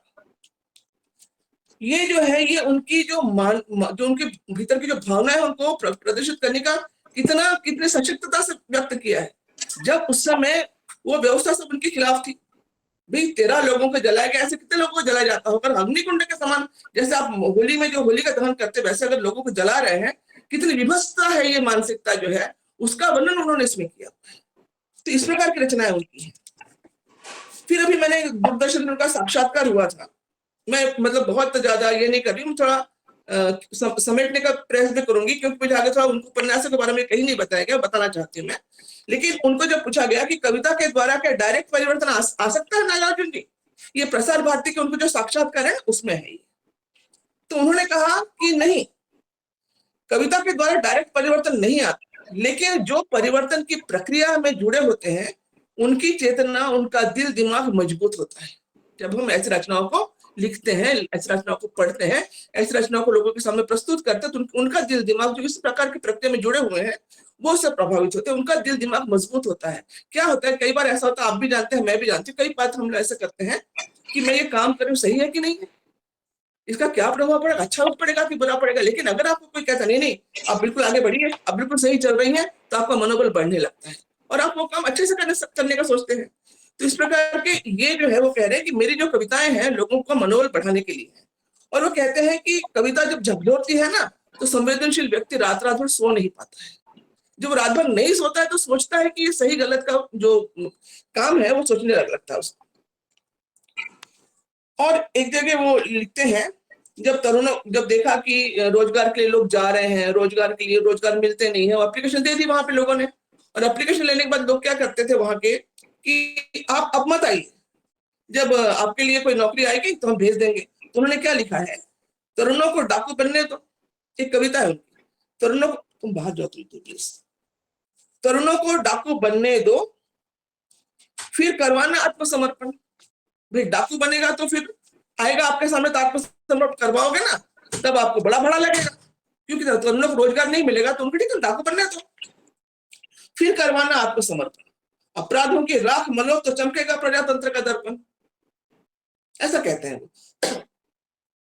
कहा प्रजातंत्र सफल है तब जब अपराध हो। वो कहते हैं, देखो कितना अच्छा एग्जाम्पल दिया है, प्रभु ईसा मसीह तभी प्रसन्न होते हैं ना जब पापी अपने पाप को स्वीकार करता है। मतलब क्या है, पाप किया तो स्वीकार करेगा ना, पाप नहीं किया तो स्वीकार क्या करेगा। तो पहले पाप घटने दो, फिर वो स्वीकार करेगा, फिर आप खुश हो जाइए, फिर आपका प्रजातंत्र बहुत बढ़िया है। पाप करने के लिए प्रवृत्ति किसने किया, आपने। फिर पाप मिटाने के लिए आगे कौन बढ़े, आप। आत्मसमर्पण करता हूं, हम आपको थोड़ा सा दे देंगे, आप चमक गए। वो भी बोलता है कि मैं भी ठीक हूं। ईसा मसीह पे कब खुश होते हैं, जब पापी आकर पाप का स्वीकार करता है, कन्फेस करता है ना कि मैंने पाप किया है, तो पाप किया तो स्वीकार कर रहा है। तो इस प्रकार की रचना वो लिखते हैं। और उन्होंने एक व्यंग लिखा है, बड़ा अच्छा व्यंग है, इसके बाद फिर मैं उपन्यास के बारे में बताऊंगी। वो कहते हैं कि जब हमको कोई कीर्ति चाहिए होती है ना, प्रसिद्धि चाहिए होती है ना, तो हमको किसी न किसी की चाटुकारिता तो करनी ही पड़ती है। क्या लिखते हैं, यदि कीर्ति का फल चखना है, कलाकार ने फिर सोचा आलोचक को तो खुश रखना। यदि कीर्ति का फल चखना है, कलाकार ने फिर सोचा कवियों को नाके रखना, मतलब नाक में उसके रस्सी नकेल डालकर रखोगे तो वो बराबर अपने इशारों पर नाक करे। और अच्छा लिखे बुरा लिखे उससे क्या फर्क पड़ता है, नाक में नाक डाल दी है तो हिलेगा नहीं, तो अपने पक्ष में तो बात करेगा ही करेगा। तो आपको अगर कुछ चाहिए ना, तो बहुत जरूरी है कि आप क्या करेंगे, सीधे आप किसी की चाटुकारिता करना शुरू कर दीजिए, तो आपको सब कुछ मिल जाएगा। अब मैं उनके उपन्यास के बारे में बताती हूँ। उनके जैसे कि प्रसिद्ध उपन्यास है उनके, एक मिनट, रतिनाथ की चाची है और बलचन्मा है। तो ये जो है उनके बहुत सारे उपन्यास हुए, लेकिन उनका पहला उपन्यास था बलचन्मा। और पहले जो है, जब तक इन्होंने उपन्यास नहीं लिखे थे ना, तब तक जो है फणीश्वर नाथ रेणु का जो मैला आंचल था, पहला आंचलिक उपन्यास कहलाता है। लेकिन जब इन्होंने लिखा, बलचन्मा लिखा, रतिनाथ की चाची लिखा, तो उसमें जो वर्णन है वो इतना सहज था कि हर एक को लगता था कि हम भी पहुंच गए उनके गांव में, उनके अमराई में, उनके चीजों में। लेकिन यहाँ पर वो जो उसके साथ साथ में आपको रतिनाथ की चाची का, मेरे पास समय है ना आज रश्मि जी? हाँ मैम है। हाँ, तो रतिनाथ की चाची जो है मिथिलांचल का जो गांव, जहां पर ताल में पोखर में मछलियां हैं, बहुत सुंदर गांव है, लेकिन साथ में इस गांव की जो कुरीतियां हैं, रूढ़ियां हैं, उसका उन्होंने बहुत सटीक वर्णन किया है। इसमें एक जो पात्र है, इसकी जो मुख्य पात्र है वो गौरी, और गौरी जो है उसकी शादी होती है एक ब्राह्मण व्यक्ति से, लेकिन वो व्यक्ति कमजोर है, शरीर से बीमार है, बहुत गरीब है, लेकिन पिताजी ने क्या देखा जाकर कि वो केवल ब्राह्मण कुल का है। तो जब उस समय की जो व्यवस्था देखिए कि जब बेटी का ब्याह करना होता है तब कुछ नहीं देखा जाता सिवाय इसके कि कुल और गोत्र क्या है, इसके साथ कुछ नहीं देखा जाता। अब फिर 2 बच्चे होने के बाद में वो जो उसका पति है वो मर जाता है, और उसका जो देवर है उसका एक बेटा है रतिनाथ, उसी का नाम, उसके कारण रतिनाथ की चाची। तो देवर जो है उसका जो बेटा है रतिनाथ, इसको यही पालती है, इसके 2 बच्चे हैं और रतिनाथ को ये पालती है। अब इस बीच ऐसा होता है कि वो गर्भवती हो जाती है। ये गर्भवती होती है मतलब विदेवर्ष। जब लोगों को पता चलता है कि गर्भवती है तो इसका बहिष्कार किया जाता है, और वहीं पर मतलब उसको कहते हैं जात से बाहर कर दो, गांव से बाहर कर दो, इस तरह के। और वहीं पर गुनाह तो दोनों ने एक साथ किया है ना, देवर ने भी किया है, रतिनाथ की चाची ने, मदगौरी ने भी किया है। लेकिन यहाँ पर ये कहते हैं कि अगर उसका देवर क्षमा मांग ले और थोड़ा सा हर्जाना भर दे तो हम उसको अपने पास में मतलब गांव में रहने की इजाजत देंगे, समाज में रहने का इजाजत देंगे, सब कुछ करेंगे, लेकिन गौरी को यहाँ नहीं रहना है। तो एक ही गुनाह की 2 सजाएं कैसे हो सकती हैं अलग अलग, सिर्फ इसलिए कि स्त्री है वो पुरुष है, इसलिए। तो ये जो चित्रण है ये उन्होंने किया हुआ है। उसके अलावा आप गांव में उस समय एक प्रथा थी जिसका नाम था बिकौवा प्रथा। इस बिकौवा प्रथा का उल्लेख उसमें ये कहा गया है कि ब्राह्मण जो होता था अपने बेटे की बोली लगाता था, ब्राह्मण व्यक्ति, और उस बोली में कभी 2 ब्याह, 4, 6, 8, 20, 22 तक वो ब्याह कर सकता था। ऐसा बिकौवा प्रथा इसमें लिखी गई। तो एक पुरुष जो है वो 22 विवाह कर सकता है, लेकिन एक स्त्री अगर विधवा हो जाए तो फिर उसका जीवन खत्म हो गया। उसके अलावा बेमेल विवाह भी होता है, वो 20 साल की है, 70 साल का भी हो सकता है, फिर भी विधवा हो जाए तो उसका कोई औचित्य नहीं है, उसका जीवन नर्क समान बन जाता है। उसके बाद में होता यह है कि जब उसको लोग गांव से निकाल देते तो अपने मायके चली जाती है। मायके आने के बाद में भी उसकी वजह देखिए, मायके आ गई तो कोई सुख से तो रहने के लिए आएगी नहीं, क्योंकि मायके वाले पूछेंगे कि तुमको तो वहां ससुराल भेजा था, तुम आई क्यों। आसपास के लोग पूछेंगे तो माता पिता कहेंगे तुम्हारे कारण हमारी बदनामी हो रही है, भाई भौजाई कहेंगे कि तुम यहाँ क्यों चली आई हो। इस सारी जो स्त्री की जो दयनीयता है, अब यहाँ पे उसको अच्छा वो सोचती है कि मैं आत्महत्या कर, फिर सोचती है आत्महत्या करूंगी तो 2 बातें हैं, एक तो मुझे पाप पड़ेगा कि मैंने आत्महत्या कर ली, और दूसरा इन 3 बच्चों को कहाँ छोड़ू, 2 बच्चों को कहाँ छोड़ के जाऊं। तो वो मरना चाहे तो मर नहीं सकती, जीना चाहे तो जी नहीं सकती, और अंत में सारा संघर्ष करते हुए भी गौरी हार जाती है। तो ये जो वर्णन है ये रतिनाथ की चाची में, ये उसकी विशेषता है। बलचनमा जो उपन्यास है वो एक सीधे साधे आंचलिक क्षेत्र, ग्रामीण क्षेत्र में रहने वाले लड़के की कहानी है, जो कि बाद में आगे चलकर क्रांतिकारी बनता है। लेकिन उसका जो जीवन है उसमें देखिए, जो 12 वर्ष का था तो उसके पिताजी को केवल 2 आम चुराने के जुर्म में एक झाड़ से बांधकर मरने तक पीटा गया और मार डाला गया। उसके बाद में ये जो बलचनमा है ये वहीं के जमींदार के यहाँ पे उसको काम मिल जाता है जानवर ये करने। तो एक दिन एक व्यक्ति के सामने वो अपनी जो व्यथा कह रहा होता है अपने किसी, तो वो कहता है देखो भाई ऐसा है कि भगवान जो करता है अच्छा करता है, भगवान जो कुछ करता है अच्छे के लिए करता है। तब बलचनमा अपने जोर से तो कुछ पूछ नहीं सकता, क्योंकि वो तो उस स्थिति में नहीं है कि कुछ बोलेगा और लोग सुनेंगे, वो भी मार डाला जाएगा। मन में ही कहता है हाँ मेरा बापू 4 प्राणियों का परिवार छोड़कर मर गया, भगवान ने बहुत अच्छा किया, अच्छा ही किया होगा। भूख के मारे मेरी माँ और दादी आम की जो गुठलियां होती है ना उसका चूरन फाँक के रह जाती है, ये भी भगवान अच्छा कर रहा है। और आप सरकार अरहर की दाल, सुगंधित चावल, परवल की सब्जी खा रहे हैं, ये भी भगवान अच्छा कर रहे हैं, भगवान तो अच्छा ही करता है ना। तो इस प्रकार से जो उसकी जो व्यथा है कि मैं तो बोल नहीं पाता, लेकिन ये व्यथा तो वो भोग रहा है ना जो बता रहा है। उसके बाद में ये होता है अब ये उसका परिवर्तन कहाँ पे आता है। एक बार वही जमींदार उसको एक बार शहर लेके जाता है। शहर लेके जब जाता है तो वहां वो देखता है कि यहाँ का जीवन जो है गांव के जीवन के समान नहीं है।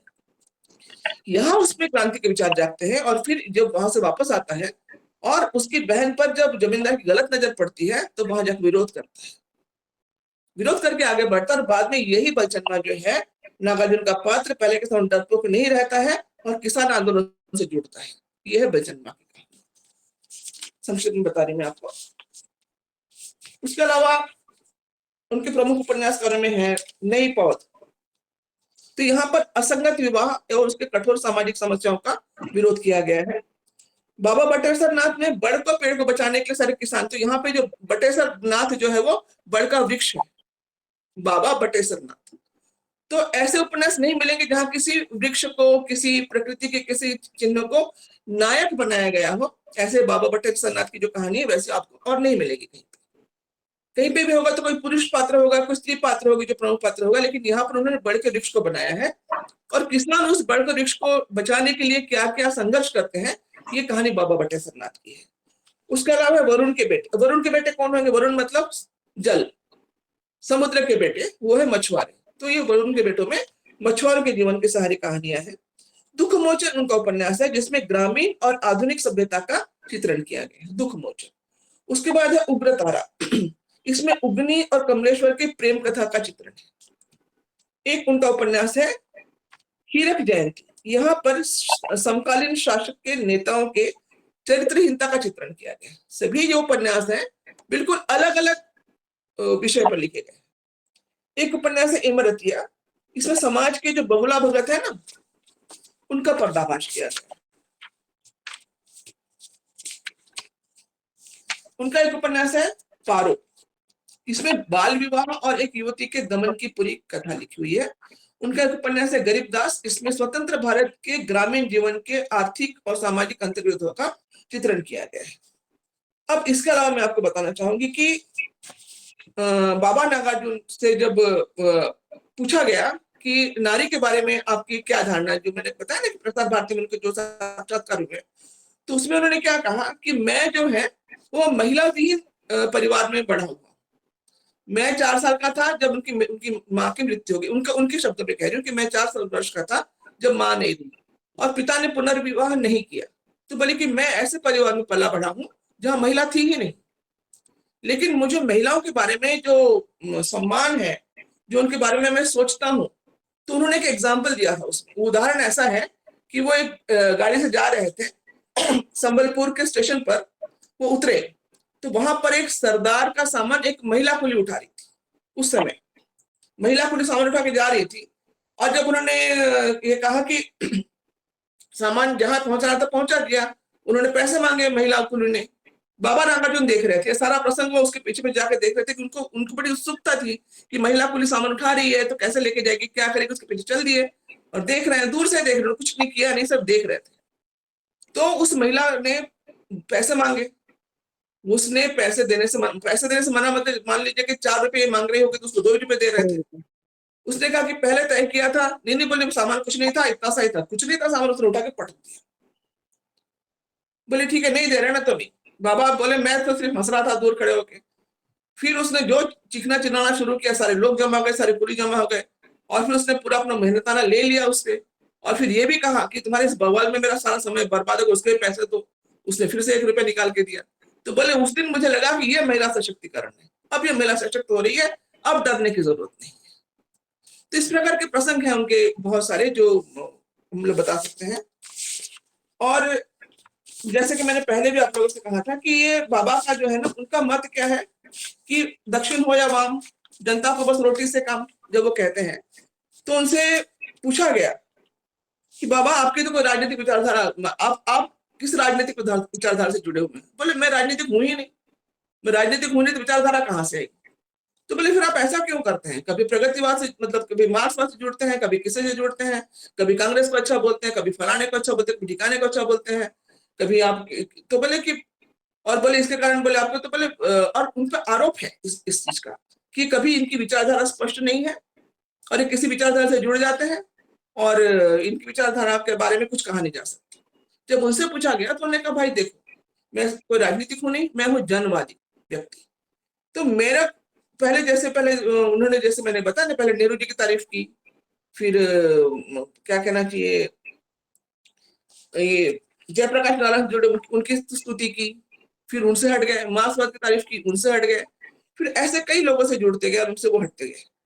तो लोगों ने उनसे पूछा कि आप ये जो बातें करते हैं, अभी जैसे मैडम ने एक कविता बताई थी, उसमें जन्मवादी उनकी कविता के बारे में उन्होंने राजनीतिक कविता के बारे में चर्चा की थी, थोड़ी देर पहले मैं भूल रही हूँ मैं, लेकिन इन्होंने कहा कि मैं चाहता हूं कि मेरे जीवन की केवल एक विचारधारा है और वो विचारधारा है जनता के लिए रोटी, कपड़ा, मकान, सम्मान।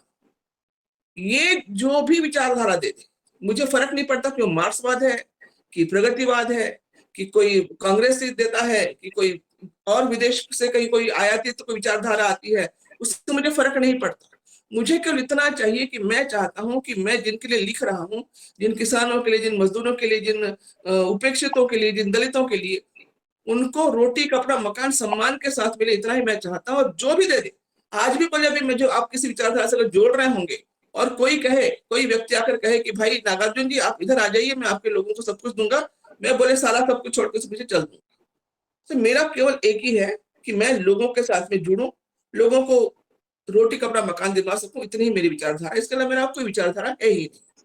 तो नागार्जुन इस प्रकार के कवि हैं।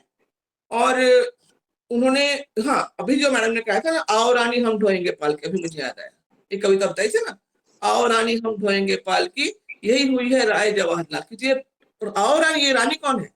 तो उनका ये कहना है कि अभी तक हम लोग अंग्रेजों के गुलाम थे, उनकी रानी यहाँ पे शासन कर रही थी, एलिजाबेथ थी, चाहे विक्टोरिया थी, जो कोई भी थी, ठीक है। अभी अभी हमने स्वतंत्रता जब प्राप्त की तो हम लोगों में इतना ज्यादा हुआ, हमारे बंटवारा, जमाने भर का सब कुछ होने के बाद इन सारी शर्तों पे हम स्वतंत्र हुए हैं। और आज अगर मान लीजिए कि जो भी सत्ता में है, उस समय नेहरू की सत्ता में थे, नेहरू की बात है, और वो कह रहे हैं कि अब हमारे देश में आने वाली हैं तो उनका स्वागत सत्कार किया जाए, तो उनको ये बात नहीं जची कि जिनसे हमने अपने देश को परतंत्रता से मुक्त करवाया है, जिनके शासनकाल से हम लोग दुखी थे, जिनको हम नहीं चाहते थे कि हम पे शासन करें, उनकी रानी को आने के बाद हम यहाँ पे स्वागत सत्कार करें। इसलिए उन्होंने व्यंग्य लिखा कि आओ रानी हम ढोएंगे पालके, हम आपके पालके ढोएंगे, क्योंकि यही राय हुई है जवाहरलाल की। अगर हमारा सत्ता ये कहती है कि हमको तुम्हारा स्वागत करना चाहिए तो हम तो मजबूर, हम तो करेंगे, आइए रानी हम आपके पालके ढोएंगे। ऐसा वो एक व्यंग है। तो इस प्रकार से जो नागार्जुन है, इनकी रचनाओं का तो कहना क्या, जितना आप आगे चलेंगे उतना उनकी क्रांतिकारी रचनाएं, जनवादी रचनाएं, तो विशेष रूप से जनता के कवि रहे हैं। जैसा कि वो कहते हैं कि जो भी है सच कहूंगा मैं क्यों हकलाऊं, तो वो जो है वो इनकी बेबाकी के लिए, जैसे कबीर उनको कहा, तो कबीर उनको जो कहा गया है वो कहीं कहीं पर उनको कबीर से अधिक श्रेष्ठ रचनाकार माना गया। क्यों? क्योंकि कबीर की रचना में सारे व्यंग्य है, राजनीतिक व्यंग्य नहीं। कबीर की रचना में सभी कौमों पर व्यंग्य है, सारी व्यवस्था पर व्यंग्य है, धर्म पर व्यंग्य है, प्रथाओं पर व्यंग्य है, लेकिन राजनीतिक व्यंग्य नहीं। राजनीतिक व्यंग्य नागार्जुन की जो विशेषता है, इसके कारण कहीं कहीं पे लोग उनको कबीर से भी श्रेष्ठ रचनाकार भी मानते हैं। तो इस प्रकार से नागार्जुन के बारे में मैंने आपको जितना संक्षिप्त में बता सकती थी मैंने कोशिश की है। पता नहीं कितना आप संतुष्ट है नहीं है, लेकिन इससे आगे अभी समय कुछ और कहने के लिए मुझे लगता है कि आवश्यकता नहीं, क्योंकि दो वक्ताओं ने बहुत कुछ कहा है इसमें। जी, जी, बहुत सुंदर आपकी अभिव्यक्ति है और सचमुच ऐसा लग रहा था कि आपने बिल्कुल एक-एक कविता को उठा के और उसकी विशेषताएँ वगैरह सब कुछ बता दी हैं। बहुत सुंदर उद्बोधन मैम, आपने बहुत विस्तृत जानकारी दी हमें। उसके लिए बहुत-बहुत आभारी हैं। सचमुच आज की गोष्ठी में बहुत ज्ञान प्राप्त किया। अ, आभार आपका। और अब मैं चलती हूँ आदरणीय ओम प्रकाश त्रिपाठी सर की ओर। सर आशीर्वचन के रूप में अगर कोई 2 शब्द संक्षिप्त में हम इस गोष्ठी में कहना चाहें तो आपका स्वागत है सर। आदरणीय ओम प्रकाश त्रिपाठी सर, जो कि अध्यक्ष हैं विश्व हिंदी साहित्य सेवा संस्थान के, राष्ट्रीय पुरस्कार प्राप्त हैं। और मैंने इनकी जो किताब पढ़ी थी उसमें भी कभी गाँव का और बिल्कुल किसानों का वर्णन है। तो 4 पंक्तियाँ नागार्जुन कवि की, इनके लिए मैं पढ़ना चाहूँगी। बहुत दिनों के बाद अब की मैंने जी भर देखी, पकी सुनहली फसलों की मुस्कान, बहुत दिनों के बाद। इन्हीं पंक्तियों के साथ ससम्मान स्वागत करती हूँ और साथ ही साथ हमारे साथ जुड़ी हैं डॉक्टर जे.बी. पाटिल जी, अनीता सक्सेना जी, कुसुम जैन जी, संतोष शर्मा जी और रेखा अशोक पाटिल जी, उपमा आर्या जी, इन सभी का भी आभार व्यक्त करती हूँ कि आप हमारे साथ हैं। सरस्वती वर्मा जी, सुषमा शुक्ला जी, बहुत बहुत धन्यवाद आप हमारे साथ जुड़े उसके लिए। और स्वागत है आदरणीय अध्यक्ष महोदय आपका। धन्यवाद रश्मि जी। आज अभी विजय लक्ष्मी रामटेके जी ने बहुत कुछ ऐसे बता दिया जैसे महाभारत का युद्ध जो है संजय सुना रहे थे, वैसे आपने एकदम खोल करके पूरा बता दिया। स्पष्ट हर रचना को बहुत सुंदर ढंग से आपने प्रदर्शित किया। और जो दो विद्वान और थे उन्होंने भी उनके जीवन पर विशद व्याख्या करते हुए बहुत कुछ कह दिया है। बहरहाल आप संचालिका हैं और संचालिका और संचालक बहुत बड़ी शक्ति है और बहुत सांसत में भी रहती है, क्योंकि उसके ऊपर बहुत सारे लोगों की दृष्टि होती है कि वो क्या क्या करा रहे हैं। तो आपका मैं बहुत बहुत आभारी हूँ। विश्व हिंदी साहित्य सेवा संस्थान प्रयागराज उत्तर प्रदेश के 205वीं इस आभासी गोष्ठी में विषय जो रखा गया नागार्जुन कवि एवं उपन्यासकार पर, आज इस कार्यक्रम का संचालन डॉक्टर रश्मि चौबे जी ने, जो बाल संसद प्रभारी हैं गाजियाबाद से। सरस्वती वंदना डॉक्टर कृष्णामणि श्री ने किया, जो मैसूर से हैं। स्वागत जयकला शोधार्थी मंगलुरु विश्वविद्यालय कॉलेज मंगलुरु ने किया। प्रस्तावना डॉक्टर गोकुलेश्वर कुमार द्विवेदी जी ने किया रखा। और वक्ता थी डॉक्टर सविता सौरभ जी, जो वाराणसी से। और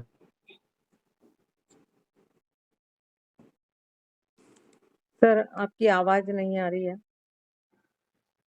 मधु भम्मानी जी तो आज का कार्यक्रम का के प्रति आभार व्यक्त करेंगे। आप सब और इसमें जुड़े हुए जितने भी साहित्य और शिक्षा के मनीषी हैं, आप सबका अभिनंदन करता हूं। बहुत खुशी है। आप जानते हैं कि रचनाकार वही लिखता है, उसकी लेखनी में वही चीज आती हैं जो समाज का वह देखता है, समाज की दशा और दिशा पर चिंतन करता है और तत्कालीन व्यवस्था को एक स्वरूप दे करके उसको सुदृढ़ बनाता है और आने वाले दिन के लिए, भविष्य के लिए बहुत कुछ सुरक्षित बना करके अपनी लेखनी को अमर बनाने की कोशिश करता है। आपको ये विदित है कि ऐसे बहुत कम रचनाकार हैं जिन्होंने समाज को बहुत नजदीक से देखा। यहाँ तक इनके नागार्जुन, जो बैद्यनाथ के नाम से थे, लेकिन नागार्जुन बाद में हुए ये, जब धर्म इन्होंने स्वीकार किया। इनकी जो प्रारंभिक जीवनी थी वो बहुत ही अद्भुत थी, बहुत विचित्र थी और बड़े झंझावातों से अपनी जिंदगी को इन्होंने बिताया। और उस तरीके से भी इन्होंने ऐसा कोई ये अच्छा या बुरा कोई पहलू नहीं था जिसको इन्होंने झेला नहीं, और झेल करके उनके जब ज्ञान चक्षु आगे बढ़े तो निश्चित रूप से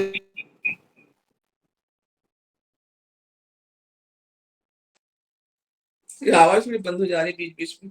हाँ। और सबसे बड़ी बात यह है, लगता है कि नेटवर्क चला। गुरुजी वीडियो बंद कर दो, गुरुजी वीडियो बंद कर दो अपना। अच्छा ठीक है, बंद कर दे रहे हैं। हाँ, बंद कर दे। तो बहुत कुछ इन्होंने जो लिखा, ये निश्चित रूप से उन्होंने अपने आंखों से देखा था, तब उन्होंने लिखा। आप सबने बहुत कुछ कहा, मैं थोड़ा सा नागार्जुन के बारे में बताना चाहूंगा कि जो मैंने अनुभव किया कि नागार्जुन के काव्य में अब तक की पूरी भारतीय काव्य परंपरा ही जीवंत रूप में उपस्थित देखी जा सकती है। उनका कवि व्यक्तित्व कालिदास और विद्यापति जैसे कालजयी कवियों के रचना संसार के गहन अवगाहन, बौद्ध एवं मार्क्सवाद जैसे बहुजनोन्मुख दर्शन के व्यावहारिक अनुगमन तथा सबसे बढ़कर अपने समय और परिवेश की समस्याओं चिंताओं एवं संघर्षों से प्रत्यक्ष जुड़ाव तथा लोक संस्कृति एवं लोक हृदय की गहरी पहचान से निर्मित हैं। उनका यात्रीपन भारतीय मानस एवं विषय वस्तु को समग्र और सच्चे रूप में समझने का साधन रहा है। मैथिली, हिंदी और संस्कृत के अलावा पाली, प्राकृत, बांग्ला, सिंहली, तिब्बती आदि अनेकानेक भाषाओं का ज्ञान भी उनके लिए इसी उद्देश्य में सहायक रहा है। उनका गतिशील, सक्रिय और प्रतिबद्ध सुदीर्घ जीवन उनके काव्य में जीवंत रूप से प्रतिबिंबित है। नागार्जुन सही अर्थों में भारतीय मिट्टी से बने आधुनिकतम कवि हैं और इनकी अगर तुलना की जाए तो मैं समझता हूं कि जो उपन्यासकार, कहानीकार प्रेमचंद जी थे, प्रेमचंद जी ने जैसे समाज में जो देखा उसी को उन्होंने लेखनीबद्ध किया और निराला जी ने भी जो अपने जीवन में जो कुछ अपने आंखों से उन्होंने देखा वैसे ही इन्होंने भी उसी प्रकार का स्वरूप लिया। नागार्जुन का जो गतिशील, सक्रिय और प्रतिबद्ध सुदीर्घ जीवन उनके काव्य में जीवंत रूप से प्रतिध्वनित भी है, प्रतिबिंबित भी है। नागार्जुन सही अर्थों में भारतीय मिट्टी के कवि रहे हैं। उन्होंने आजादी के पहले और बाद में भी कई बड़े जन आंदोलनों में भाग लिया। किसानों की समस्या, किसानों के लिए लड़ना, राजनीति में भी आपने सक्रिय भागीदारी की, जिसके फलस्वरूप इनको जेल भी जाना पड़ा। लेकिन इन सब की परवाह किए बिना ही इन्होंने जो कुछ भी अपनी रचनाएं लिखी वो निश्चित रूप से भारत को एक ऐसी दशा और दिशा का परिज्ञान कराएगा जो हमारे देश में घटित हुआ है। और जन संघर्ष में अडिग आस्था, जनता से गहरा लगाव और एक न्यायपूर्ण समाज का सपना, ये तीन गुण नागार्जुन के व्यक्तित्व में ही नहीं उनके साहित्य में भी घुले मिले हैं।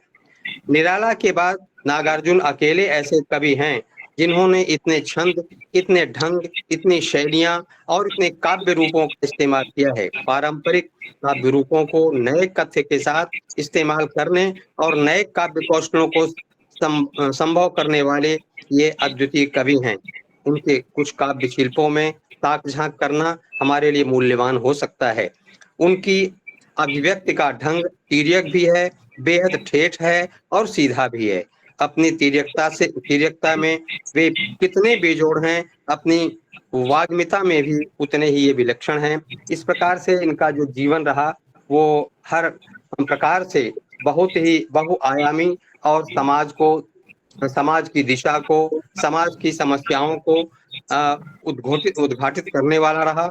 और उस समय के जितने भी कवि, लेखक, साहित्यकार थे, उदय प्रकाश आदि, सबसे बढ़ करके इन्होंने यथार्थ का चित्रण किया और यथार्थ को ही अपने इस ये साहित्य जगत से इन्होंने जोड़ करके एक अमृत को प्राप्त किया। और वास्तव में कहा जाए तो ये बिल्कुल मौलिक स्वभाव के, मौलिकता के पोषक और मौलिक समाज को का दर्शन करने वाले एकमात्र ऐसे कवि रहे जिन्होंने अपने जीवन के माध्यम से आने वाली पीढ़ियों को भी इस प्रकार से, रचनाकारों को भी इस प्रकार से लेखनी चलाने के लिए अभिप्रेरित भी किया है, जो हमारे लिए बहुमूल्य है। इस प्रकार से आज की जो ये आभासी गोष्ठी हो रही है, ये निश्चित रूप से जितने भी इसमें विद्वान मनीषीगण जुड़े हुए हैं, सब एक दूसरे से परिचित होते हुए भी, तमाम बातों को जानते हुए भी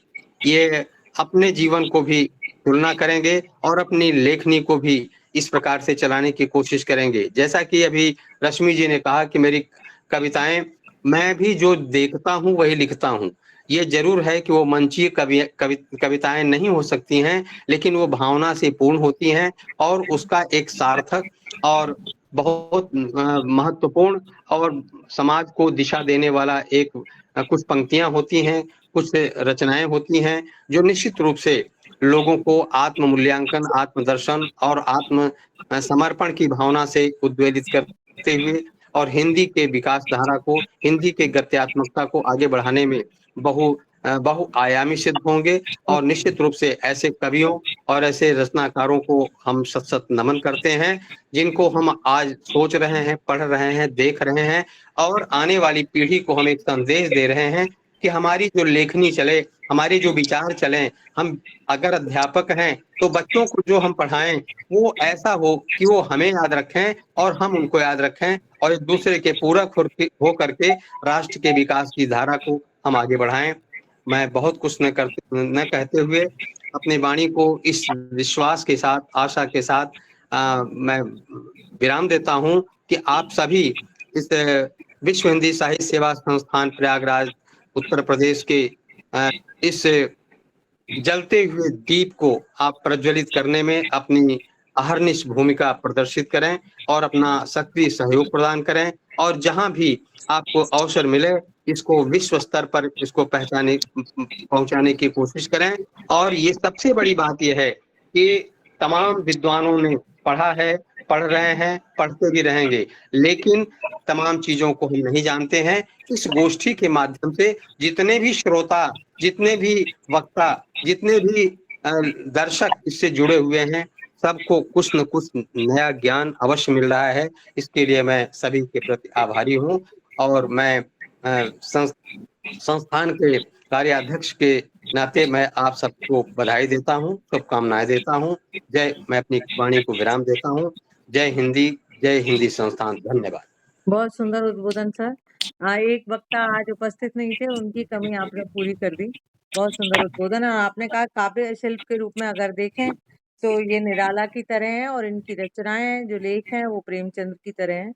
और सच कहा कि ये जो देखते थे वही लिखते थे, और आप भी ऐसा करते हैं। और कबीर जी भी ऐसे ही कहते थे कि तू कहता कागज की लेखी, मैं कहता आंखन की देखी, इसीलिए शायद इन्हें कबीर कहा जाता है। और हैंड रेज हो रहे हैं कि कुछ लोगों के यहाँ पर वी बना हुआ है सिंबल, उनके भी हैं। सर आपका बहुत सुंदर उद्बोधन, मेरे पास उसके लिए शब्द नहीं है। बहुत सुंदर उद्बोधन। जैसे आदरणीय उपाध्यक्ष महोदया ने जोड़ा, बिल्कुल प्रकृति से भी जोड़ा, महिलाओं से भी जोड़ा उनके उनके व्यक्तित्व को, ऐसे ही आपने भी अन्य अनेक बहुत सारी चीजों से कि मौलिक था, और वो कवियों को प्रेरित कर गए कि क्या लिखना चाहिए, कैसे लिखना चाहिए। बहुत सुंदर उद्बोधन। और यहाँ वी नाम से जुड़ी थी, उनका हैंड रेस था, अप डाउन कर लिया उन्होंने। एक और बच्चे का फोटो लगा हुआ है, वो अगर कुछ कहना चाहे विषय से संबंधित तो 1 मिनट बोल सकते हैं, अभी समय है, और अगर नहीं तो कोई बात नहीं। साथ ही साथ एक वक्ता जो पहले बोल चुके हैं उनका भी हैंड रेस हो रहा है। तो मैम कुछ बोलना तो नहीं चाहती? सविता मैम आप? नहीं जी। बहुत बहुत धन्यवाद। बहुत सुंदर कार्यक्रम आज का था, बहुत अच्छा जी, आयोजन था, जी। और आपने इतना विस्तृत जानकारी आपने जो दी है उसके लिए बहुत बहुत धन्यवाद। सचमुच आज ऐसा लगा कि आप सभी लोग कॉलेज से या स्कूल से जुड़े हुए हैं, तो आप सभी अपने विद्यार्थियों को भी जोड़िए। और मैं रश्मि चौबे साहित्यकार से नाम से यूट्यूब पे आपको ये आज का कार्यक्रम मिल जाएगा। 1-2 दिन बाद मैं इसको पब्लिश कर दूंगी, तो आप देख सकते हैं अपने, और जो बच्चे हैं जुड़े हुए हैं, पढ़ रहे हैं, उनको भी दिखा सकते हैं। जी जी मैम। बहुत बहुत आभार आपका रश्मि जी। नहीं मैम, आप सभी का आभार, इतना सुंदर कार्यक्रम बनाया उसके लिए। अब हम चलते हैं आभार व्यक्त हेतु आदरणीय। मैडम मैं कुछ बोलना चाहती हूँ। जी जी बोलिए मैम, आज समय है, 2 मिनट आप बोल सकती हैं। स्वागत है आपका। आदरणीय डॉक्टर तो सुषमा जी सबसे बोलना पहले आप चाहती हैं, सभी को नमस्ते। और हमारे साथ जुड़े और 1 मिनट मैम, बस नाम गिना दूं जिनको। जगदीश शर्मा जी, सीमा वर्मा जी और जयवीर सिंह जी भी इस कार्यक्रम से जुड़ चुके हैं, उनका धन्यवाद देती हूँ मैं। और स्वागत है आपका आदरणीय डॉक्टर सुषमा जी, 2 मिनट आप बोल सकती हैं, बिल्कुल विषय से संबंधित। स्वागत है आपका। तो सबसे पहले आप सभी को नमस्ते। और विषय जो है बहुत ही विस्तृत था और बहुत सारी जानकारी मिली। विजय लक्ष्मी, राम टेकरी और ओम प्रकाश सर, सविता, सौरभ मैडम। हाँ बिल्कुल, हाँ इनके बाद आपको बुला लेती हूँ मैम। नहीं बुलाइए मत, अभी तो मैं ये डॉक्टर सुषमा जी जुड़ी हुई हैं, और अच्छा। हमारा अधिवेशन जो था वहाँ पे कर्नाटका में, तो ये प्रभारी मैम हैं डॉक्टर सुमा जी, जिन्होंने पूरा आयोजन बहुत अच्छे से किया था, और मैं उनको ढेर सारा आभार और उनको बधाई भी देती हूँ। और मैम का अभी पदोन्नति हुई है, जो हमारे उत्तर प्रदेश इकाई पे अभी इनका मैसेज था। बहुत बहुत बधाई मैम। आप दोनों को बहुत हार्दिक अभिनंदन और हार्दिक बधाई जी। बिल्कुल, बहुत बहुत बधाई मैम। और थैंक यू। आप दोनों को बहुत बहुत बधाई हो हमारी ओर से भी। Thank you madam. बहुत बहुत बधाइयाँ। बहुत और बहुत बहुत मंच पर बधाई हो सुमा जी उपस्थित आपको। सभी की ओर से पूरे आदरणीय पूरे मौजूद पूरे जी को बहुत पूरे बहुत बधाई। हमारे साहित्य संस्थान की ओर से आप दोनों को बधाइयाँ, पूरे बिल्कुल संस्थान की ओर से बिल्कुल बधाइयाँ। सही जो कह यहाँ रहे उपस्थित है, जो यहाँ उपस्थित है, जो यहाँ उपस्थित नहीं है, उन सबकी ओर से मैं आपको बधाई देती हूँ। आप बिल्कुल दोनों को थैंक बधाई यू मैडम। बहुत बहुत। स्वागत है थैंक आपका। यू। दोनों को ही। तो निराला और नागार्जुन मेरे फेवरेट कवि रहे हैं, तो इसीलिए मैं पिछले बार जो है जुड़ नहीं पाई। तो मैंने सुना था विजय लक्ष्मी रामटेके मैडम जी उनसे मिली है, और इसीलिए मैं मतलब आज बहुत मतलब मैं टाइम निकाल कर जुड़ गई, और बहुत कुछ सुनने के लिए मिला, और बहुत सारी ऐसी बातें हैं जो हमें भी पता नहीं थी। और यानी जो भी नागार्जुन के बारे में जो भी कमी थी तो मैडम आपने पूरा किया, तो इसलिए मैं तहे दिल से आपको धन्यवाद देती हूँ। और बहुत सारे मेरे शोधार्थी और हमारे टीचर भी जुड़े हुए हैं, तो वो भी इन बातों से लाभान्वित हुए हैं, क्योंकि हम लोग लिटरेचर पढ़ाते हैं तो नागार्जुन के बारे में बहुत थोड़ी जानकारी रखते थे, लेकिन अभी हमें बहुत कुछ सुनने के लिए समझने के लिए मिला। तो एक बात मैं नागार्जुन के बारे में जरूर कहूंगी, तो ये प्रगतिवादी कवि तो है ही है, लेकिन सबसे ज्यादा ये जनवादी कवि है, जनता को लेकर चलते हैं। तो उनकी एक जो कविता है मुझे बहुत ही छू गई थी, स्वानों को मिलता दूध दही, गरीबों के बच्चे भूखे अकुलाते हैं, माँ की सूखी हड्डी से चिपकर जाड़े की रात बिताते हैं। तो ये जो बातें हैं तो मुझे बहुत ही ये लगी थी। और दूसरी उनकी कविता प्रेत का बयान, जब प्रेत का बयान मैंने पढ़ा तो मुझे अभी भी ऐसा लगता है कि ये कविताएं उनकी जो भी कविता है प्रासंगिक है, जो भी कविता है प्रासंगिक है, क्योंकि आज भी सरकारी जो मास्टर है उनकी परिस्थिति ऐसी ही है, लेकिन फिर भी वो कहते हैं कि मैं स्वतंत्र भारत का जो है मास्टर हूँ, कितने अभिमान से कहते हैं। तो शायद हम भी ऐसे ही है, बहुत सारे प्रॉब्लम होने के बाद भी हम लोग भी जो है उसको दरकिनार कर कर कहते हैं कि मैं टीचर हूँ, मैं बच्चों को पढ़ाता हूँ। तो सचमुच नागार्जुन की जो कविता है आज भी प्रासंगिक है। समय बदल गया है लेकिन परिस्थिति वही है। तो इसीलिए नागार्जुन को और एक बार आपने जो है फिर दोबारा हमारे मन में जो है उनके बारे में जो है बहुत सारी बातें जो है आपने बताई, वो हम लोग अपने बच्चों को बताएंगे, और आप लोगों का नाम जरूर लेंगे कि हाँ भाई हमारे बीच ऐसे भी वक्ता है जो उनसे मिले हैं, उनसे साक्षात्कार किए हैं। क्योंकि हम जब किसी कवि या साहित्यकार से साक्षात्कार करते हैं तो वो बात मन में बैठ जाती है और हमें भी गर्व महसूस होता है। तो हमें ऐसा लग रहा है कि मैडम ने नहीं बल्कि हमने भी जो है नागार्जुन से साक्षात्कार किया है। तो इसलिए मैडम आपको मैं तहे दिल से धन्यवाद देती हूँ कि आपने बहुत अच्छी बातें बताई जिसकी जानकारी हमें नहीं थी। तो रश्मि चौबे मैडम जी को भी मैं धन्यवाद देती हूँ कि उन्होंने भी जो संचालन करते हैं तो आधे से ज्यादा जो साहित्य की बातें हैं मैडम भी बताती है। तो टोटली आज का जो नागार्जुन पर विषय था बहुत ही अच्छा था, सार गर्भित था, और मैं चाहती हूँ कि इसी तरह के जो है चर्चा जो विशेष व्यक्ति साहित्यकार है उन पर होनी चाहिए, क्योंकि नागार्जुन किसी के मोहताज नहीं थे किसी पुरस्कार के। और उनके बारे में ऐसा कहा जाता है कि जब उनको पुरस्कार देने के लिए उनका जब चयन किया गया तो किसी को मालूम नहीं था कि वो कहाँ रहते थे, और बाद में पता चला कि वो यमुना के स्लम एरिया में रहते थे दिल्ली में। और वहां तक पहुंचने के लिए लेखकों को नेताओं को जो है कच्चा रोड बनाकर जाना पड़ा, और जाने के बाद तब उन्होंने कहा कि मुझे नहीं चाहिए।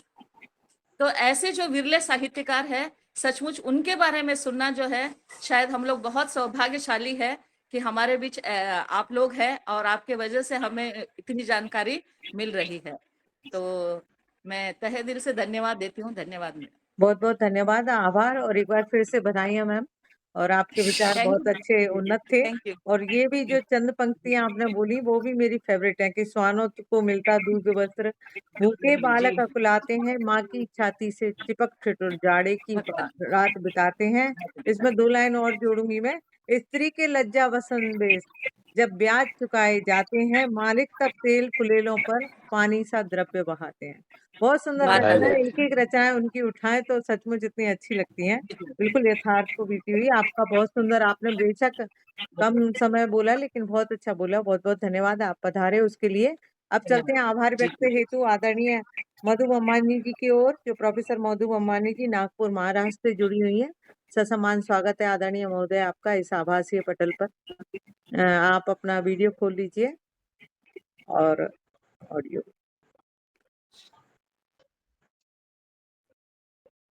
जी स्वागत है। धन्यवाद रश्मि जी। सर्वप्रथम मां सरस्वती के चरणों में सादर नमन वंदन। आभासी पटल पर उपस्थित सभी विद्वज्जनों को सादर प्रणाम। विश्व हिंदी साहित्य सेवा संस्थान प्रयागराज उत्तर प्रदेश की 205वीं राष्ट्रीय आभासी गोष्ठी की अंतिम कड़ी आभार प्रदर्शन का कार्यभार मुझे प्रदान किया गया। इसके लिए संस्थान का आभार व्यक्त करते हुए मैं आज की गोष्ठी की अध्यक्ष महोदया डॉक्टर विजया लक्ष्मी रामटेके जी का तहे दिल से आभार व्यक्त करती हूँ। आपके मंतव्य द्वारा मतलब हमें इतना ज्ञान मिला आज, और आप उनसे मिल चुकी हैं कि आज सबने सुना तो सब ऐसा सबको प्रतीत हो रहा है कि हम भी शायद आपके द्वारा जो शब्द कहे जा रहे थे, जो प्रसंग कहे जा रहे थे, ऐसा लग रहा था कि हम शायद उनसे मिल रहे हैं। और बहुत बहुत धन्यवाद मैडम आपका।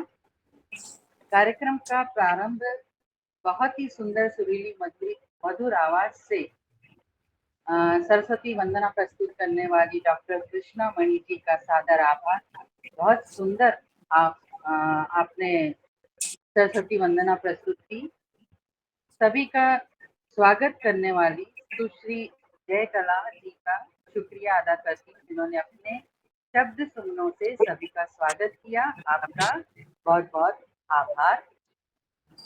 विश्व हिंदी साहित्य सेवा संस्थान प्रयागराज के सचिव एवं मार्गदर्शक डॉक्टर गोकुलेश्वर कुमार द्विवेदी जी का हृदय से आभार मानती हूँ। हर समय सर हम सबका मार्गदर्शन करते रहते हैं। आज थोड़ा थकावट के कारण वो ज्यादा बोल नहीं पाए, लेकिन सर आपका बहुत बहुत धन्यवाद। इस गोष्ठी की प्रमुख वक्ता डॉक्टर सविता सौरभ, साहित्यकार वाराणसी उत्तर प्रदेश से। आदरणीय आपका बहुत बहुत धन्यवाद, शुक्रिया। आपसे हमें कविवर नागार्जुन के जीवन की विस्तृत जानकारी प्राप्त हुई। गोष्ठी के दूसरे वक्ता डॉक्टर अनिल बाबूलाल सूर्यवंशी, जलगांव महाराष्ट्र से। सर जी आपका हृदय से आभार। आपने कविवर नागार्जुन की रचनाओं के बारे में बताया, बहुत बहुत आभार। कार्यक्रम को सफल बनाना और सुंदर संचालन करना ये डॉक्टर रश्मि चौबे जी से कोई सीखे, क्योंकि मैं भी सीख ही रही हूँ इनसे कि किस प्रकार से सेतु का काम करती हैं ये। मैं हर बार इनको यही बोलती हूँ, आप सेतु का काम करती हैं आभासी पटल को जोड़ते हुए। बहुत बहुत धन्यवाद महोदया। धन्यवाद। कार्यक्रम का संयोजन करना बहुत महत्वपूर्ण कार्य है। संयोजिका आदरणीय पुष्पा श्रीवास्तव शैली जी का हृदय की गहराइयों से आभार, और इनके लिए विशेष मैं कहना चाहूंगी कि इनको थोड़ा लगता है कि सब प्रस्तुत हुए हैं कि नहीं हुए हैं, और फिर से वो संदेश भेजती रहती हैं कि आप हैं ना, आप जुड़ी हुई हैं ना। तो महोदया आपने मुझे संदेश भेजा था, मैंने उसी दिन बोल दिया था कि मैं जुड़ जाऊंगी, और आपका बहुत बहुत आभार। कार्यक्रम में उपस्थित आदरणीय ओम प्रकाश त्रिपाठी जी का बहुत बहुत धन्यवाद। सर आपका जो मार्गदर्शन हमें प्राप्त हुआ और आपकी जो हिंदी, उससे मैं बहुत कुछ सीख रही हूँ। हम महाराष्ट्र में थोड़ा सा मराठी, हिंदी और ये सब मिल जुल कर आ जाता है। मेरे सामने विजया लक्ष्मी मैडम जी बैठी है, तो कहीं ना कहीं ये सब अभी भी मुझे सीखना है।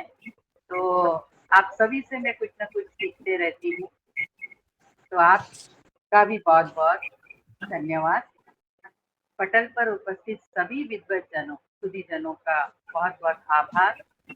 आप सब ने अपना बहुमूल्य समय दिया, सभी का हृदय से आभार। आदरणीय डॉक्टर सुमा जी की रश्मि की वो डॉक्टर सुमा लिखा हुआ है यहाँ पर, जिन्होंने अभी आखिरी में अपना मंतव्य व्यक्त किया, और उनका भी बहुत बहुत आभार, उनको ढेर सारी बधाइयाँ। आभार जिन्होंने भी इस गोष्ठी को सफल बनाने में प्रत्यक्ष और अप्रत्यक्ष रूप से सहयोग प्रदान किया। धन्यवाद, आभार, शुक्रिया, मेहरबानी। बहुत बहुत आभार आदरणीय मधु वमानी जी, आपका भी। आपने सुंदर शब्दों में आभार व्यक्त किया। और आदरणीय आज की इस गोष्ठी के अध्यक्ष महोदया से मैं इजाजत चाहती हूँ, कार्यक्रम समापन करने की आज्ञा दें। बिल्कुल मैडम, समापन कर दीजिए। चलिए, तो नागार्जुन जी की पंक्तियों के साथ मैं समापन करती हूँ। बहुत दिनों के बाद अब की मैं जी भर सुन पाया, धान कूटती किशोरियों की कोकिल कंठी तान।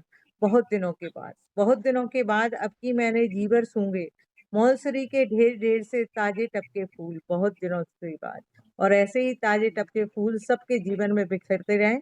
इन्हीं शब्दों के साथ मैं अपनी वाणी को विराम देती हूँ। हम फिर मिलेंगे। आज सबके साथ मिलकर बहुत अच्छा लगा।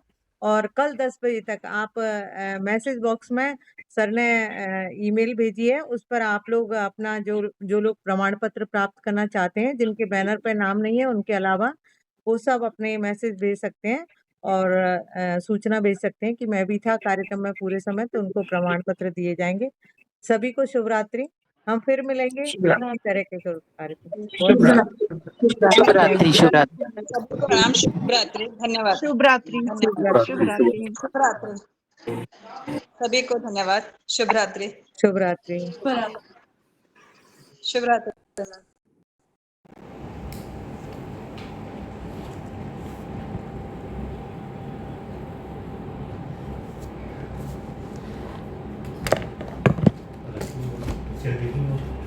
क्यों? टीवी नहीं चला रहा है।